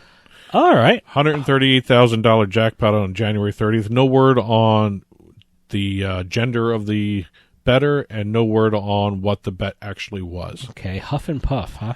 And then we had on January 24th, again at the Hard Rock, playing the Bally Piggy Bankin' Locket Link. Is there like a pig theme to all their slots? Was a Huff and Puff, 3 little pigs, and the piggy banking? Is that what that was? We've actually talked about this game in the past. Piggy banking? Yes. I don't remember that. Because this one has a feature where a certain symbol pops up on the screen. I don't know whether it's the piggy bank or other things that create the piggy bank on the big screen, but as the bonus features move ahead, the piggy bank grows and grows and grows until it explodes. Okay. And money comes out of it on the screen. Okay. So you have a blowing up pig on the piggy banking. Be fun to see, huh? All right. Hopefully it's not too gruesome. Yeah. Well, it's just, sure chips it's coming coins out. everywhere. We're going to go from table games and slots to some sports betting now. Okay. And this actually caused a couple ruffles here, but I think this is kosher. I don't see the problem with this really, but FanDuel, online in Connecticut, a 29,000 to 1 long shot bet was hit. It was the correct score, correct winner parlay. I saw this. Yeah, of the championship games. A lot of people tweeted this, the actual card or ticket. $20 site credit. Yeah. Okay, so they didn't pay any of their own money. Nope, it's a site credit. Exactly. They got the scores right and they got the winners right of the 2 championship games. So that paid out a $20 site credit bet paid out $579,000. Wow. Great. With some change. Yeah. The question happened was, the person touting the win was a teenager on social media. And people were wondering whether or not the teenager actually placed the bet. FanDuel checked it out and confirmed that the account was owned by an adult. Good. Whether or not, the next step is, did the kid actually use the account, whatever. But according to FanDuel, they checked it, they confirmed it, it's an adult account. Okay. They handed it out. And according to FanDuel, they paid out 3 bettors with this same parlay. Total of $800,000 paid out for 3 bettors. Nothing would like the $579,000 bet. No, I guess so I think you split the other, was it $220,000? There was 2 other bets that split that. However, I don't know what the other bets were. They didn't say what the bet sizes were. That might be worth something, for the Super Bowl, putting some money on the actual score of the game. I've never been good at that one. I've tried that in the past. I might try it. Not on the Super Bowl, but in games. After hearing this thing, I might try it. It'd be good to do the actual score and probably an over-under with it. Yeah. Or even the spread. I don't know, depending on what you want to do with it. But, congratulations there. And we have 2 Virginia Lottery Online jackpots to hit. We have one, a player by the name of Glenn Miller of Blacksburg. Glenn Miller, huh? Lovely band. Yeah, great band. He was sitting in his car in a parking lot, scratching a Virginia lottery ticket, and won $777,777. Wow. Doing nothing but sitting in the parking lot doing his scratcher. Well, how much was the scratch ticket? Some of those scratch tickets are pretty expensive. This did not say what it was, but I believe this. I'm familiar with this game. It's a $10 ticket. I think. Yeah, Okay. it's a $10 ticket. The odds of winning any prize in this game, it was let me get the name of it right, the Mega 777s ticket, which is why makes sense. yes, 777, yeah. all the sevens in the winning number. So he got the top prize. It's the first top prize claimed in the game, and there are 2 more top prizes remaining unclaimed. Oh, okay. The odds of winning the top prize were 1 in $1,836,000. Okay. Now, the other lottery win from the Virginia Lottery was online. Guy was sitting in his house around 1 in the morning playing the Virginia Lottery's Prospector's Gold online game. He says he was just killing time. By the time the early morning session had ended, he had won $169,619 playing Prospector's Gold. I actually took a look at this. It kind of looks like a really fun game to play by the Virginia Lottery. A couple of the other online lotteries have it, but it looks like a really fun game to play. And judging by the fact that this guy spent early morning hours continually playing he won $169,000. Well, it's really fun to play. He didn't know it at the time, so obviously he was just enthralled with the game. Okay. I don't know how else to put that. But he won $169,619. No word on how much he was betting on the thing in terms of whether he had increased the size of what he was paying to play per spin or whatever. So, but again, check that out. It's a good game. It's actually kind of a fun game. Congratulations to all our winners. Please, casinos, lotteries, sportsbook, keep your press releases coming in. info@turnpikesportsradio.com. We love doing this segment. It's so much fun, and Dave is constantly learning about new slot machines. Yeah, look, I write down the slot names. I mean, we live in a state where they have online slot machines, so all these slot machines are potentially in our living rooms right now, or on our cell phones, or wherever you play your online games, and they pay out. What the hell? Stick around, because our Super Bowl picks and our prop bets probably are coming up next. So stick around. We'll be right back with more Turnpike Sports.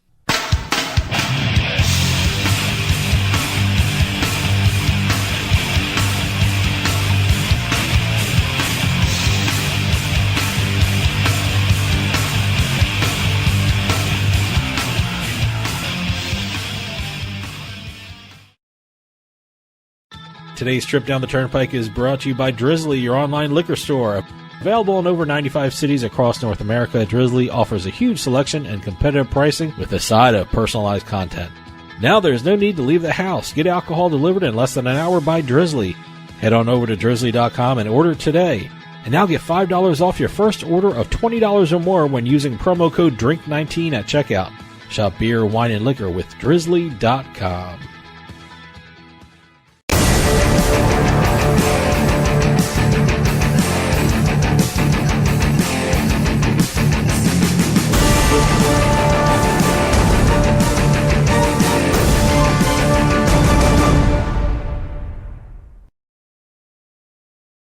This week's Turnpike Sports Pro Football Picks segment is brought to you by Caesars Sportsbook, now live in New York. Caesars Sportsbook is the only sportsbook app with Caesars Rewards. Redeem rewards credits for bonuses, sports tickets, dining, getaways, and VIP experiences, all by playing on Caesars Sportsbook. Sign up with Caesars Sportsbook using our bonus code PIKERF to receive a first deposit match up to $1,500 with your first deposit of $50 or more. That's promo code PIKERF for a $1,500 first deposit match with your first deposit of $50 or more at Caesars Sportsbook. Bet like a Caesar with Caesars Sportsbook. Must be at least 21 years or old to place a bet. Terms and conditions apply. New customers only. Problem gambler. Call 1-800-GAMBLER. And welcome to the Super Bowl Pro Pick segment of Turnpike Sports. This is our last football picking segment of the season, obviously.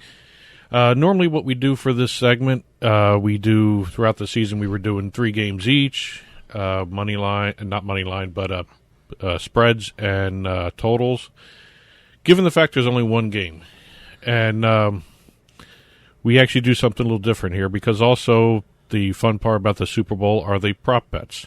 What we're going to be doing this week, we're both going to be picking the spread and also the total points, and also we're each going to do 3 prop bets for the game. I got to tell you, I'm more excited about my prop bets than my pick for the football game. Well, I guess that's the way it is with most bettors, and I talked to a lot of professional bettors, and they said really the props are where you're going to make your money in the Super Bowl. So we'll do the spread of the Super Bowl, we'll do the total, but I got 3 props, and you know what? So do I. Really, I hate to see slam dunk for the props. 2, I'm very, very excited about. 1 was the number was just astronomical, and I wanted to try it out, throw a little money on that.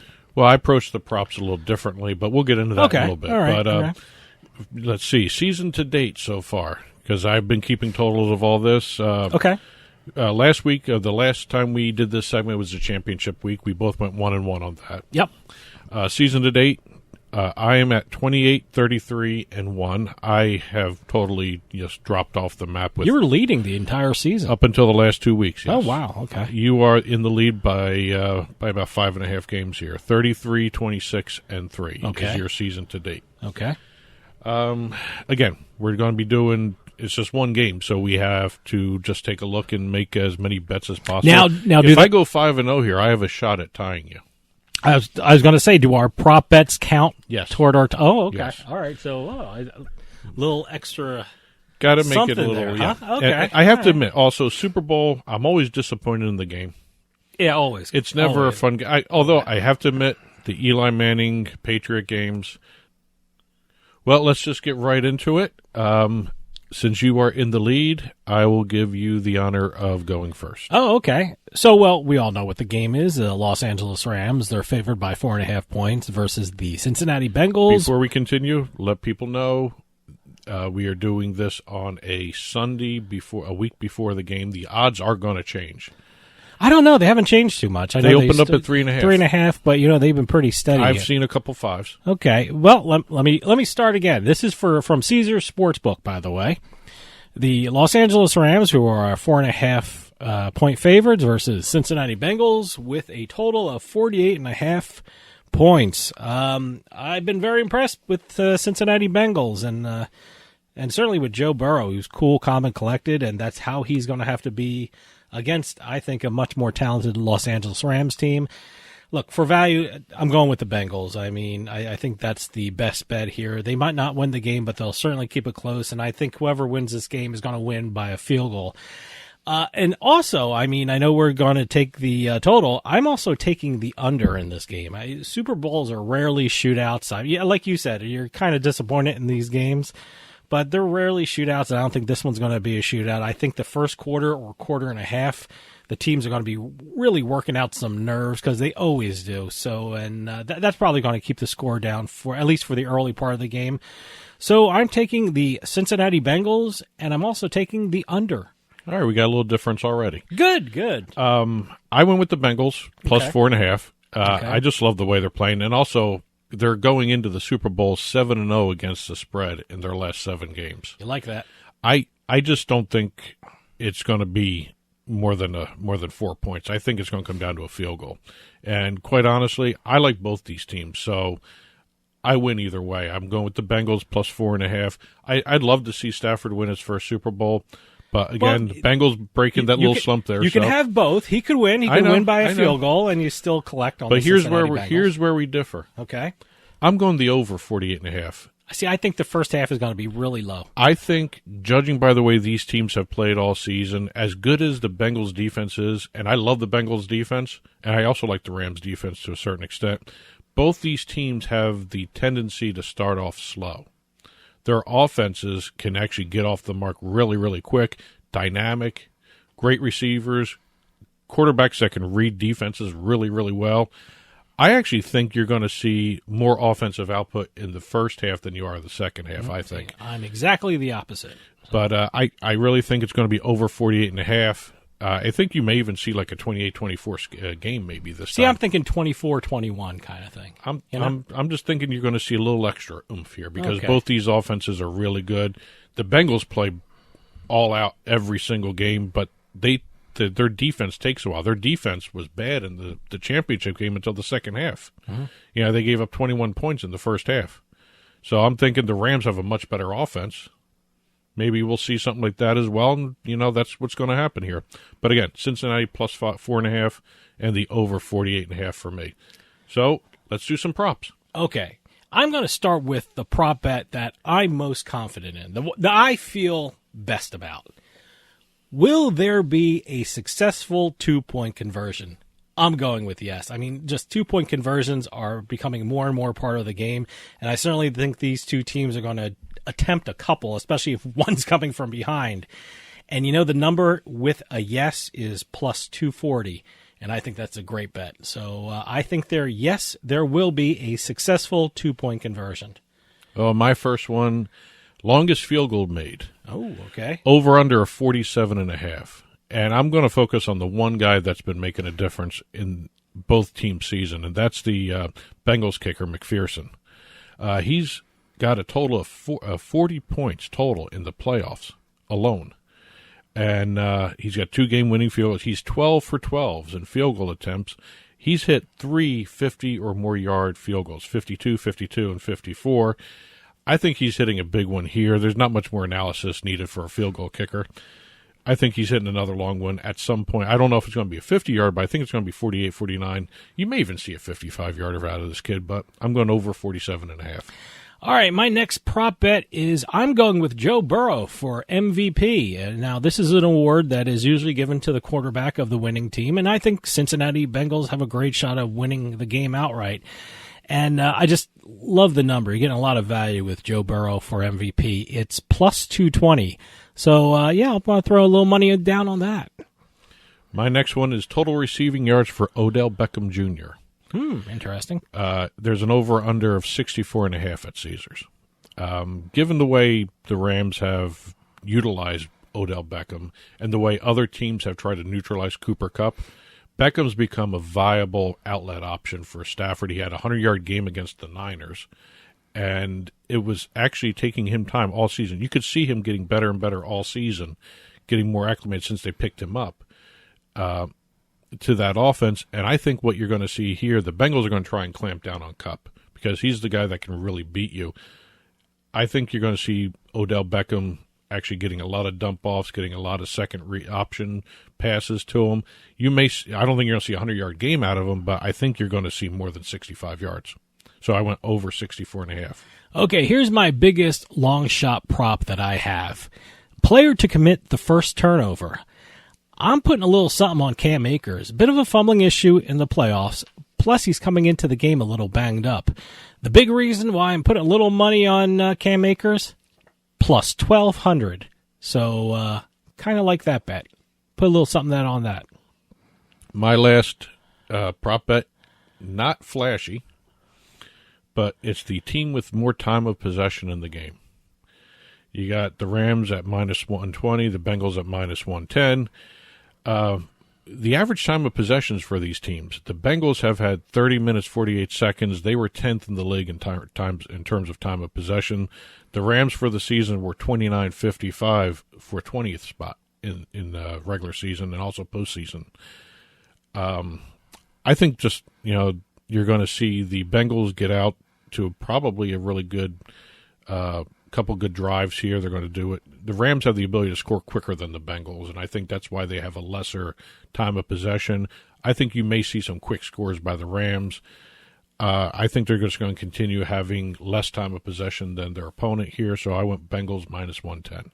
Very basic one. All right. So recap now. Do I do the whole shebang here? I'm picking the Cincinnati Bengals plus 4.5. I'm taking the under 48.5 points in the game. For my prop bets, I'm taking Joe Burrow for MVP at plus 220. Will there be a successful 2-point conversion? I'm saying yes at plus 240. And the first player to commit a first turnover, the player to commit the first turnover, I'm going with Cam Akers, who, bit of a fumbling issue, little hurt going into the game, and more specifically, it's plus 1,200. So I'm putting a little something on that. Well, for me, recapping game picks, Cincinnati plus 4.5, the over 48.5 prop bets, longest field goal made over 47.5 yards, total receiving yards for Odell Beckham over 64.5, and the team with more time of possession in the game, the Bengals at minus 110. And I think these are going to be kind of fun to watch. I've never actually bet on the time of possession in a game before. No, never even looked at it. So good luck with everybody doing your betting on the Super Bowl. Enjoy the game most of all. Yeah. And enjoy the commercials. I just saw a feature on our local news about the commercials, so they're making a big deal about it already. I already know there's 2 sportsbook commercials. You got Caesars doing one, and then you have DraftKings doing 2 15-second ones. I'm curious to see how the 15-second ones work. Okay. Everybody enjoy the games. Stick around because the book report's next, so right after this on more Turnpike Sports.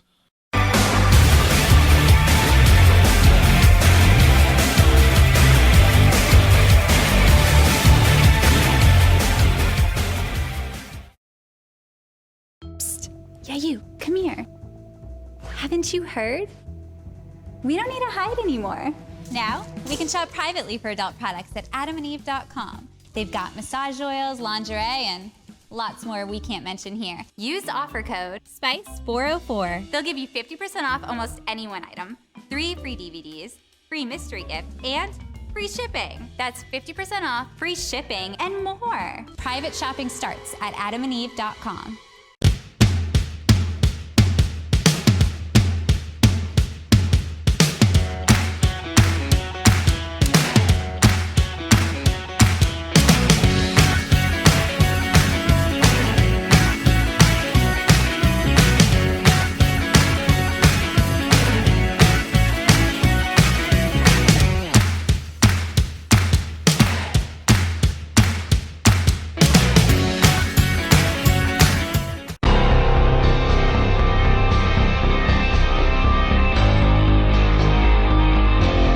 Turnpike Sports Book Report.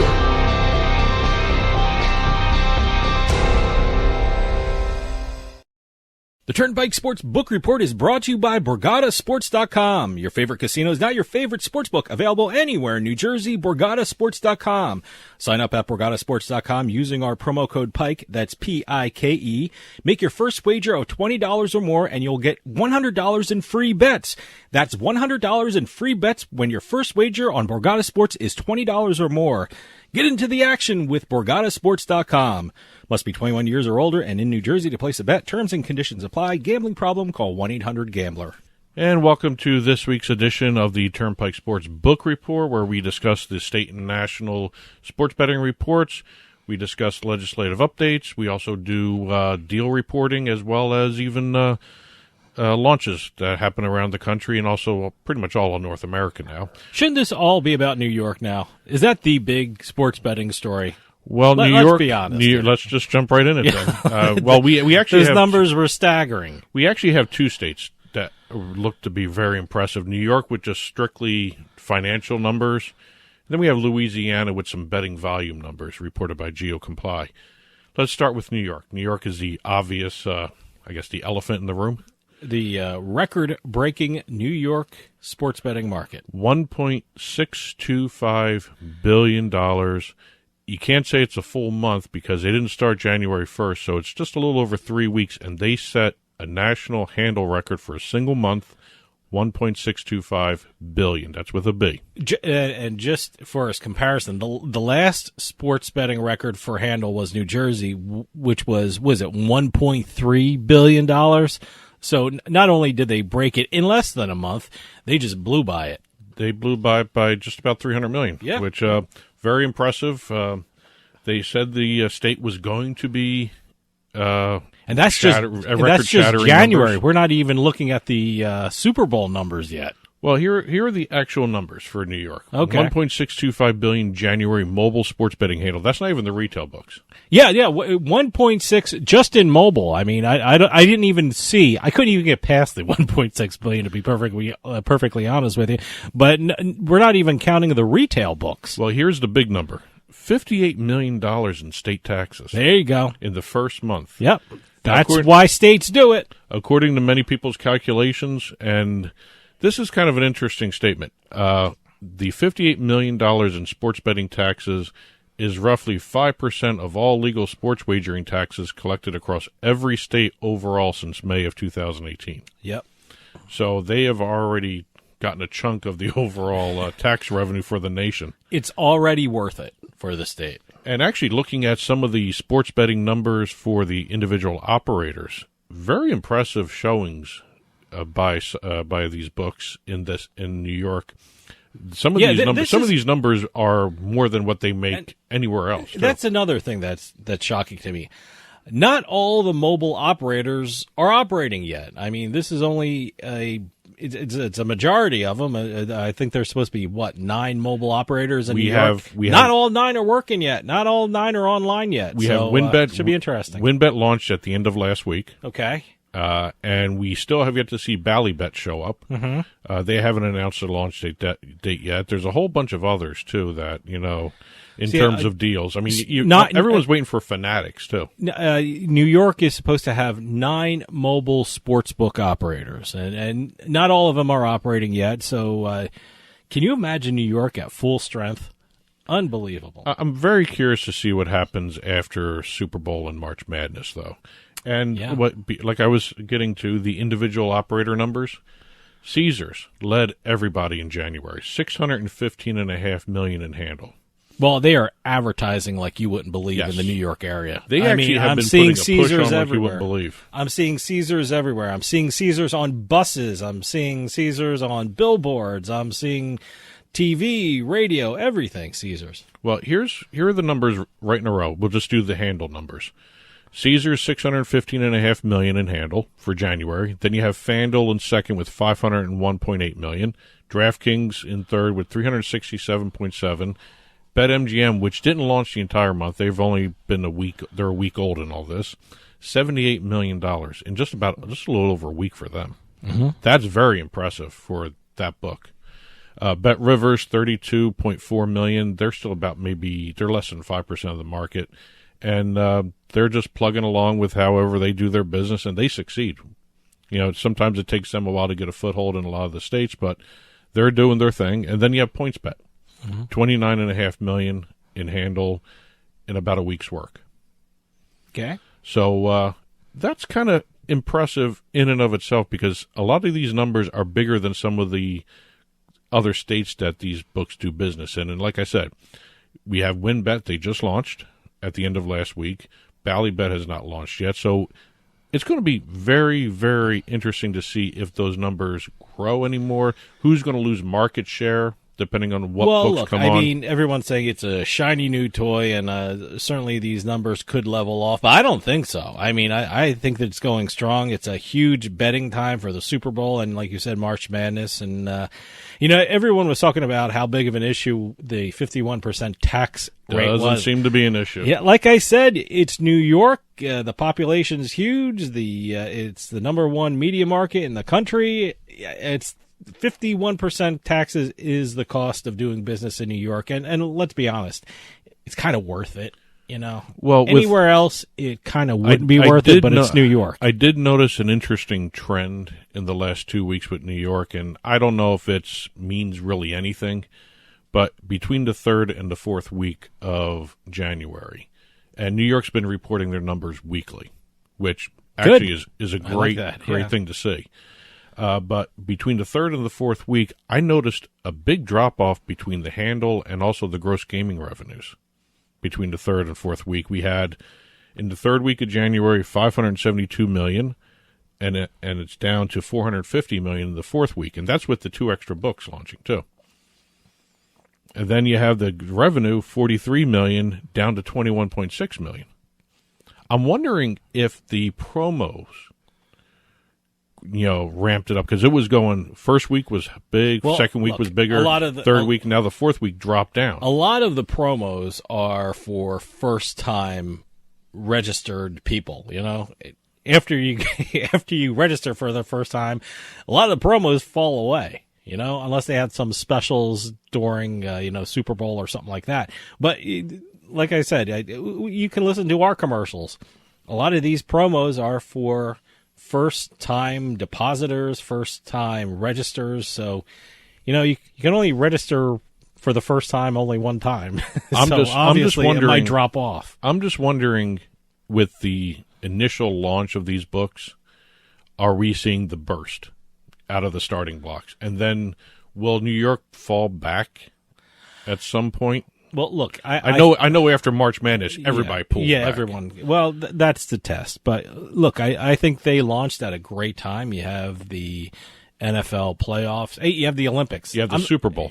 January is the big Olympics. Month for the Super Bowl betting. Although then you have March Madness. It's huge. Although I have to admit, this year's Super Bowl is a week later. Mm-hmm.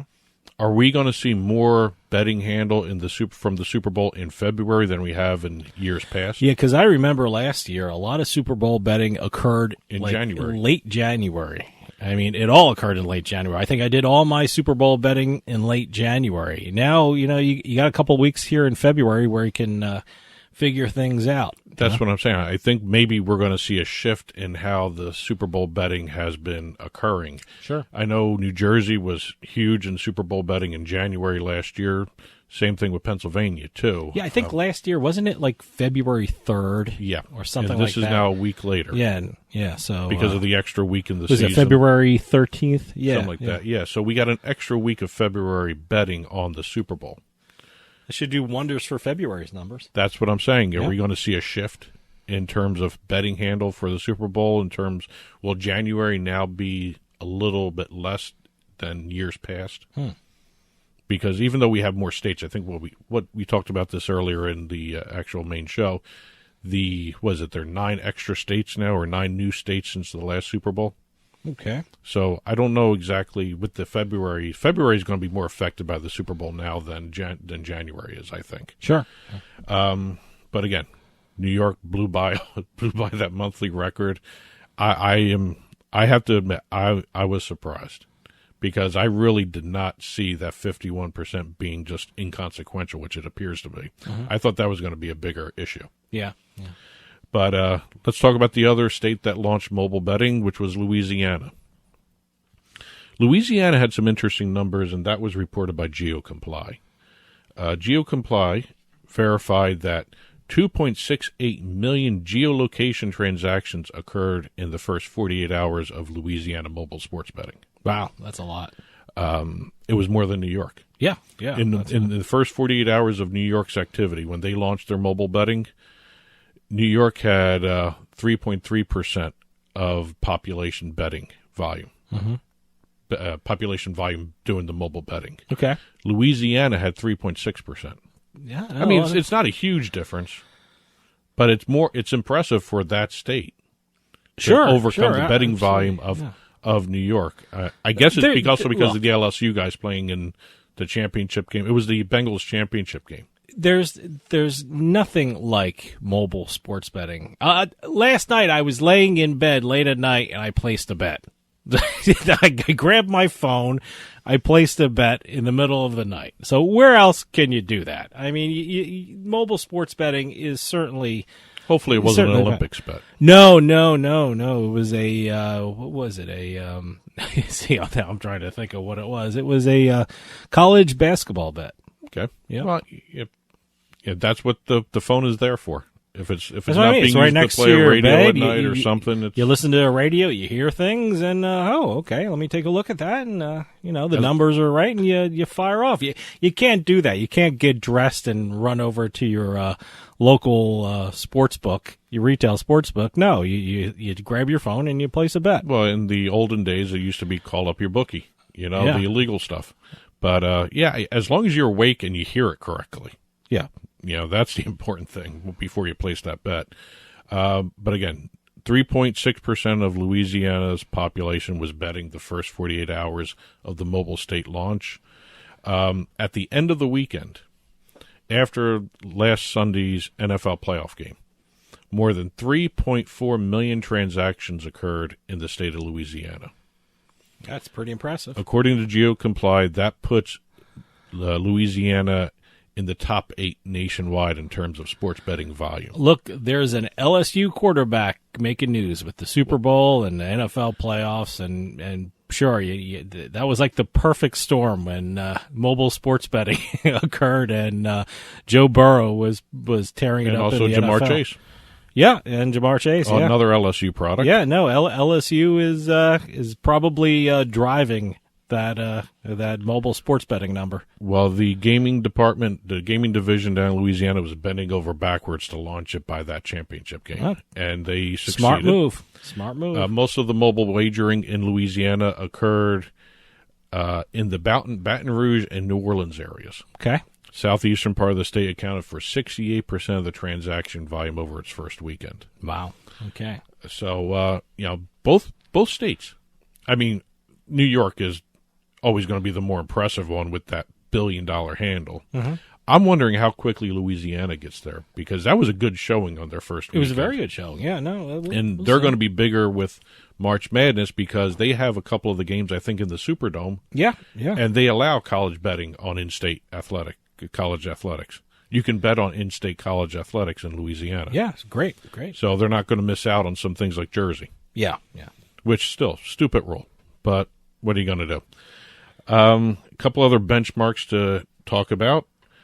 Commonwealth of Virginia passed the $3 billion mark with their December sports betting report. They are actually one of the quicker ones to the $3 billion mark as well. Mm-hmm. I mean, nothing like 3 weeks to hit $1 billion like New York did. Sure. So the quickest one to $1 billion before New York, I guess, was Arizona, right? They took 3 months. That was the quickest. New York took 3 weeks. New York just said, hold my beer. Just 3 weeks. Colorado sportsbooks, they earned $250 million in revenue on nearly $4 billion in wagers in 2021. They were the 6th largest U.S. state in terms of annual betting volume. So Colorado is right there with just about every other new state that's popping on. I mean, it's not losing any steam. Colorado is there. I've been hearing a lot of sports bettors have been moving from Las Vegas and Nevada to Colorado because Colorado offers a lot of things in terms of promos and specials, and the menu is a lot better for Colorado betting. So it's very interesting what Colorado's doing. Well, also in Rhode Island, set a record quarterly handle of $167 million in the fourth quarter of this past year, 2021. I placed one bet in Rhode Island. I forgot what the place was. What was it? Twin River. Twin River. Before it became Bally's. What town was that in? Was that was Lincoln? Lincoln. The other one does Lincoln, not have a Rhode sports Island. book. I placed one bet one time a couple years ago. So well, the Tiverton one does not have a sports Tiverton. book. That's right. Yes. Kind of a fun name to say. And also in Colorado, I believe it was table tennis. They were 4th in the state in terms of handle for sport in 2020 when they reported their December numbers. Table tennis is always usually the number 5th or 6th sport bet in Colorado, and they jumped into the top 5, huh? Yep. 4, huh? Well, Colorado and Oregon, always. I don't get it, but whatever. I just can't get into table tennis. Well, yeah. I constantly look at at it and I try and figure out what they see in this sport. Hey, if you like it and you're a fan of it and you're making money off it, great. But I'm just trying to, maybe if I saw it on TV with more production value. The only time I've seen table tennis, it was like a webcam placed on the table, and you can just see you don't see the players, you just see the ball going back and forth. So, is it part of the Summer Olympics? I would guess. I remember seeing it on TV. I mean, know. really well produced. It's certainly not now in the Winter Olympics. So if it was part of the Olympics, I would guess it'd be part of the Olympics. Well, you don't have outdoor table tennis. Yeah. So I'd watch that. Yeah. In the snow. Yeah, in the snow. I wonder how the wind would affect the ball. Yeah. Let's talk about a couple launches. Here we have kind of an interesting 2 launches that dealt with Washington, D.C. BetMGM opened its retail sports book at at Nationals Park, where the baseball team Washington Nationals play. They're the first. Now, can you get to that if you're in the stadium? Can you get to that? It's connected to the stadium. I know it's connected to the stadium, but there's a lot of things connected to stadiums that there's no entranceway from inside the stadium into the place. I believe there's like a corridor entrance or something. I mean, right. It's not like walk in, you're sitting in your seat in the stadium and so you turn around and you can hand somebody. No, I don't think you can do that. Okay. But it's the first one that's connected to a Major League Baseball stadium. We've got Arizona coming down the road with the first NFL sportsbook with the Cardinal Stadium. The start of the 2022 season. What sportsbook is that? That's BetMGM. That's BetMGM too, right? Okay. But again, first one for a baseball stadium, pro baseball stadium. It's going to be open year-round. Good. Now, remember, BetMGM had also launched their app, so people were actually able to bet within about a couple-mile radius of the stadium to begin with. Yeah. So now they can go into the stadium and do it year-round. They actually had their first bet.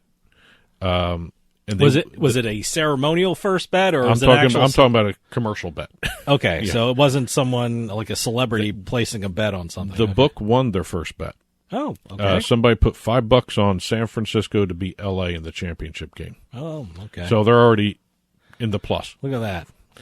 Speaking of $5 DC, bet, huh? Yeah. Okay. Speaking of DC, well, that's a very interesting first for the state. We've also got Washington, D.C. giving permission or approval to Ellis Gaming, which is a sportsbook operator. They're the platform operator, to expand in the Grand Central Restaurant and Sportsbook. They're going to be opening more teller windows, more betting kiosks. Great. And the Grand Central Restaurant and Sportsbook is the first legal sportsbook in an independent sports bar. Okay. It's not part of a chain like Buffalo Wild Wings with BetMGM and all that stuff. This is an independent sports book, and but in this one, you can actually in Buffalo Wild Wings, you can't place a bet. They have the BetMGM. But this one, it's a restaurant that has windows, windows, and kiosks. Okay, interesting. And their first 3 months of operations, they had a $1.4 million handle. Wow! So a couple of firsts in.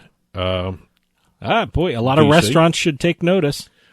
Canada. We actually have a launch date for the private sports betting market.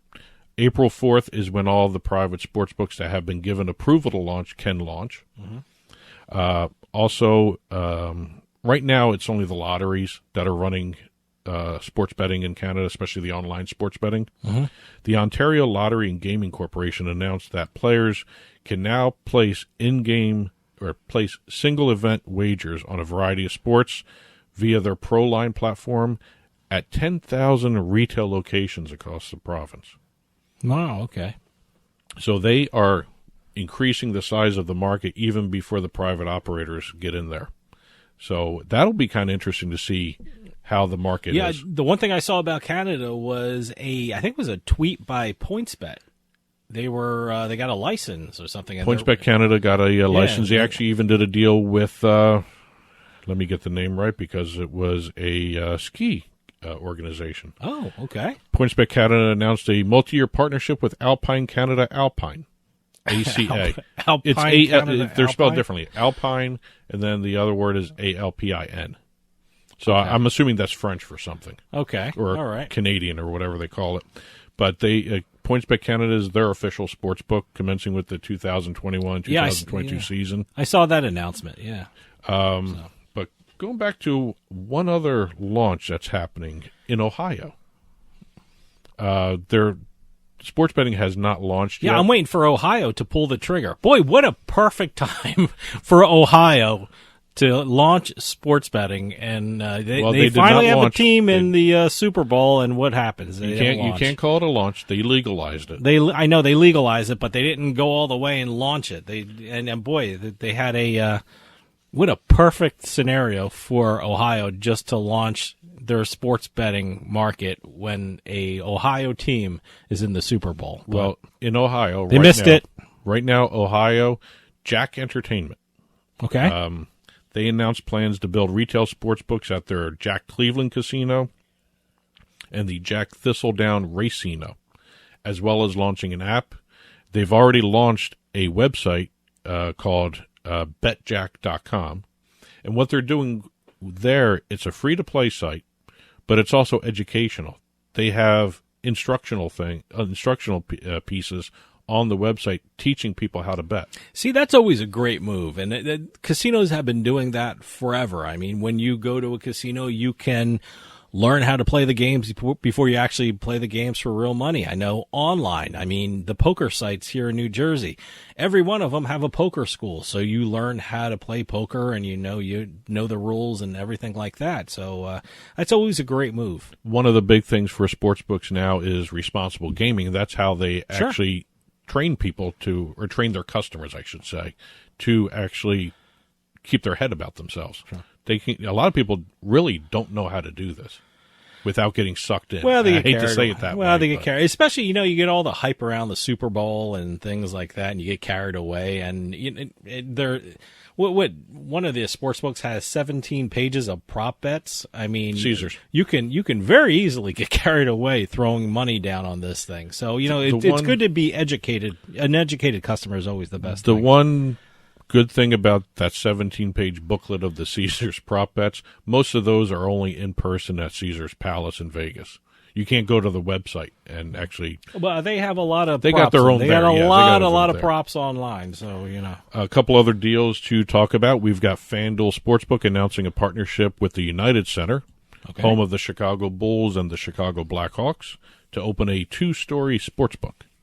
That's going to be adjacent to the United Center atrium. It's not technically the actual arena, but it's right there attached to the atrium as you're making your way into the arena. The interesting thing about this deal is the owner of the Bulls is also the owner of the Chicago White Sox.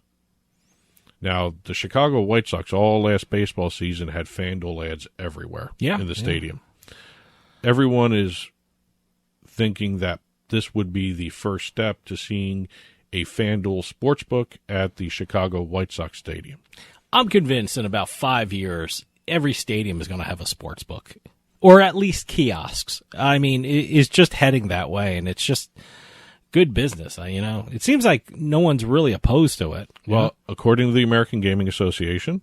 Oh, is there a survey? They have a little. Did I stumble upon another survey? They in did the a sports little betting did industry? you know kind of tweet. And I saw it, and I want to give them credit for it because it was a very interesting tweet. I didn't know you were going to bring this up, though. I didn't know you were going to lead me right to that one. Okay. Okay. So it's about people's attitudes towards sports betting in stadiums, or well, what? Here, take this for what it's worth. Okay. All right. According to the American Gaming Association, 4 in 10 American adults believe in-stadium sports books add to the entertainment value of in-person sporting events. Okay. That kind of goes without saying. I mean, you can't really, it's the only way it affects the in-person if you have a retail book there.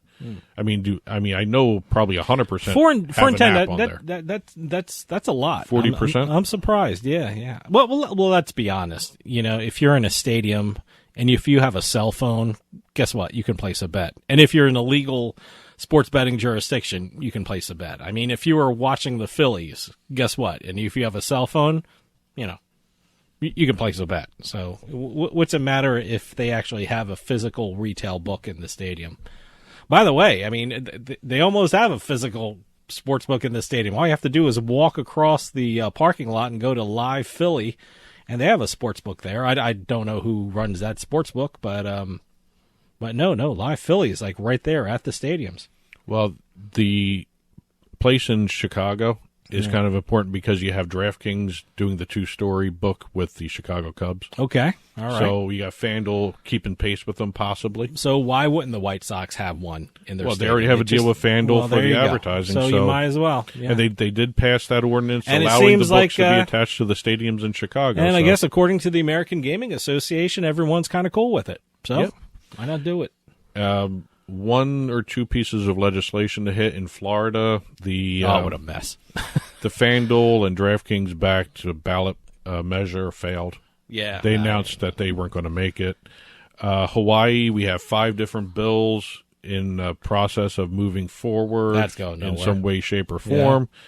You have, let's see, Illinois Representative Daniel Diedick filed a sports betting bill to divert the 6% of the revenue from sports betting to a sports wagering fund to allow for problem gambling and education. Okay, good. One of the other things which was interesting in his bill, he had a proposal to create an exclusion list of students and student athletes and university personnel to exclude them from betting. Okay. Yeah. You know, the schools would have to report people that can't open accounts. Okay. Which was, I haven't seen anyone do that yet.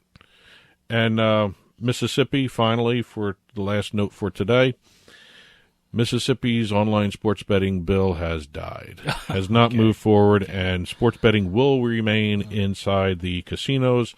And also, the mobile sports betting will be still stuck in the one casino that does have. Don't they see what's happening in Louisiana? People love it down there. It's really doing great things for the state, and I don't get what these states are doing here. People love mobile sports betting. Yep. So that's it for this week's Turnpike Sports book report. There were more stories on the ticker going down below us on the TV side of things, and you will also see even more stories in the print version of the book report on our blog, turnpikesportsradio.com. Click on the blog button, and you will see the print version of this book report, which has the stories we did talk about and stories we didn't hit in print form. Again, keep your press releases coming in. News and notes, info at turnpikesportsradio.com. And that'll do it for us this week. Hey, enjoy the Super Bowl. We'll see you next time on the Turnpike.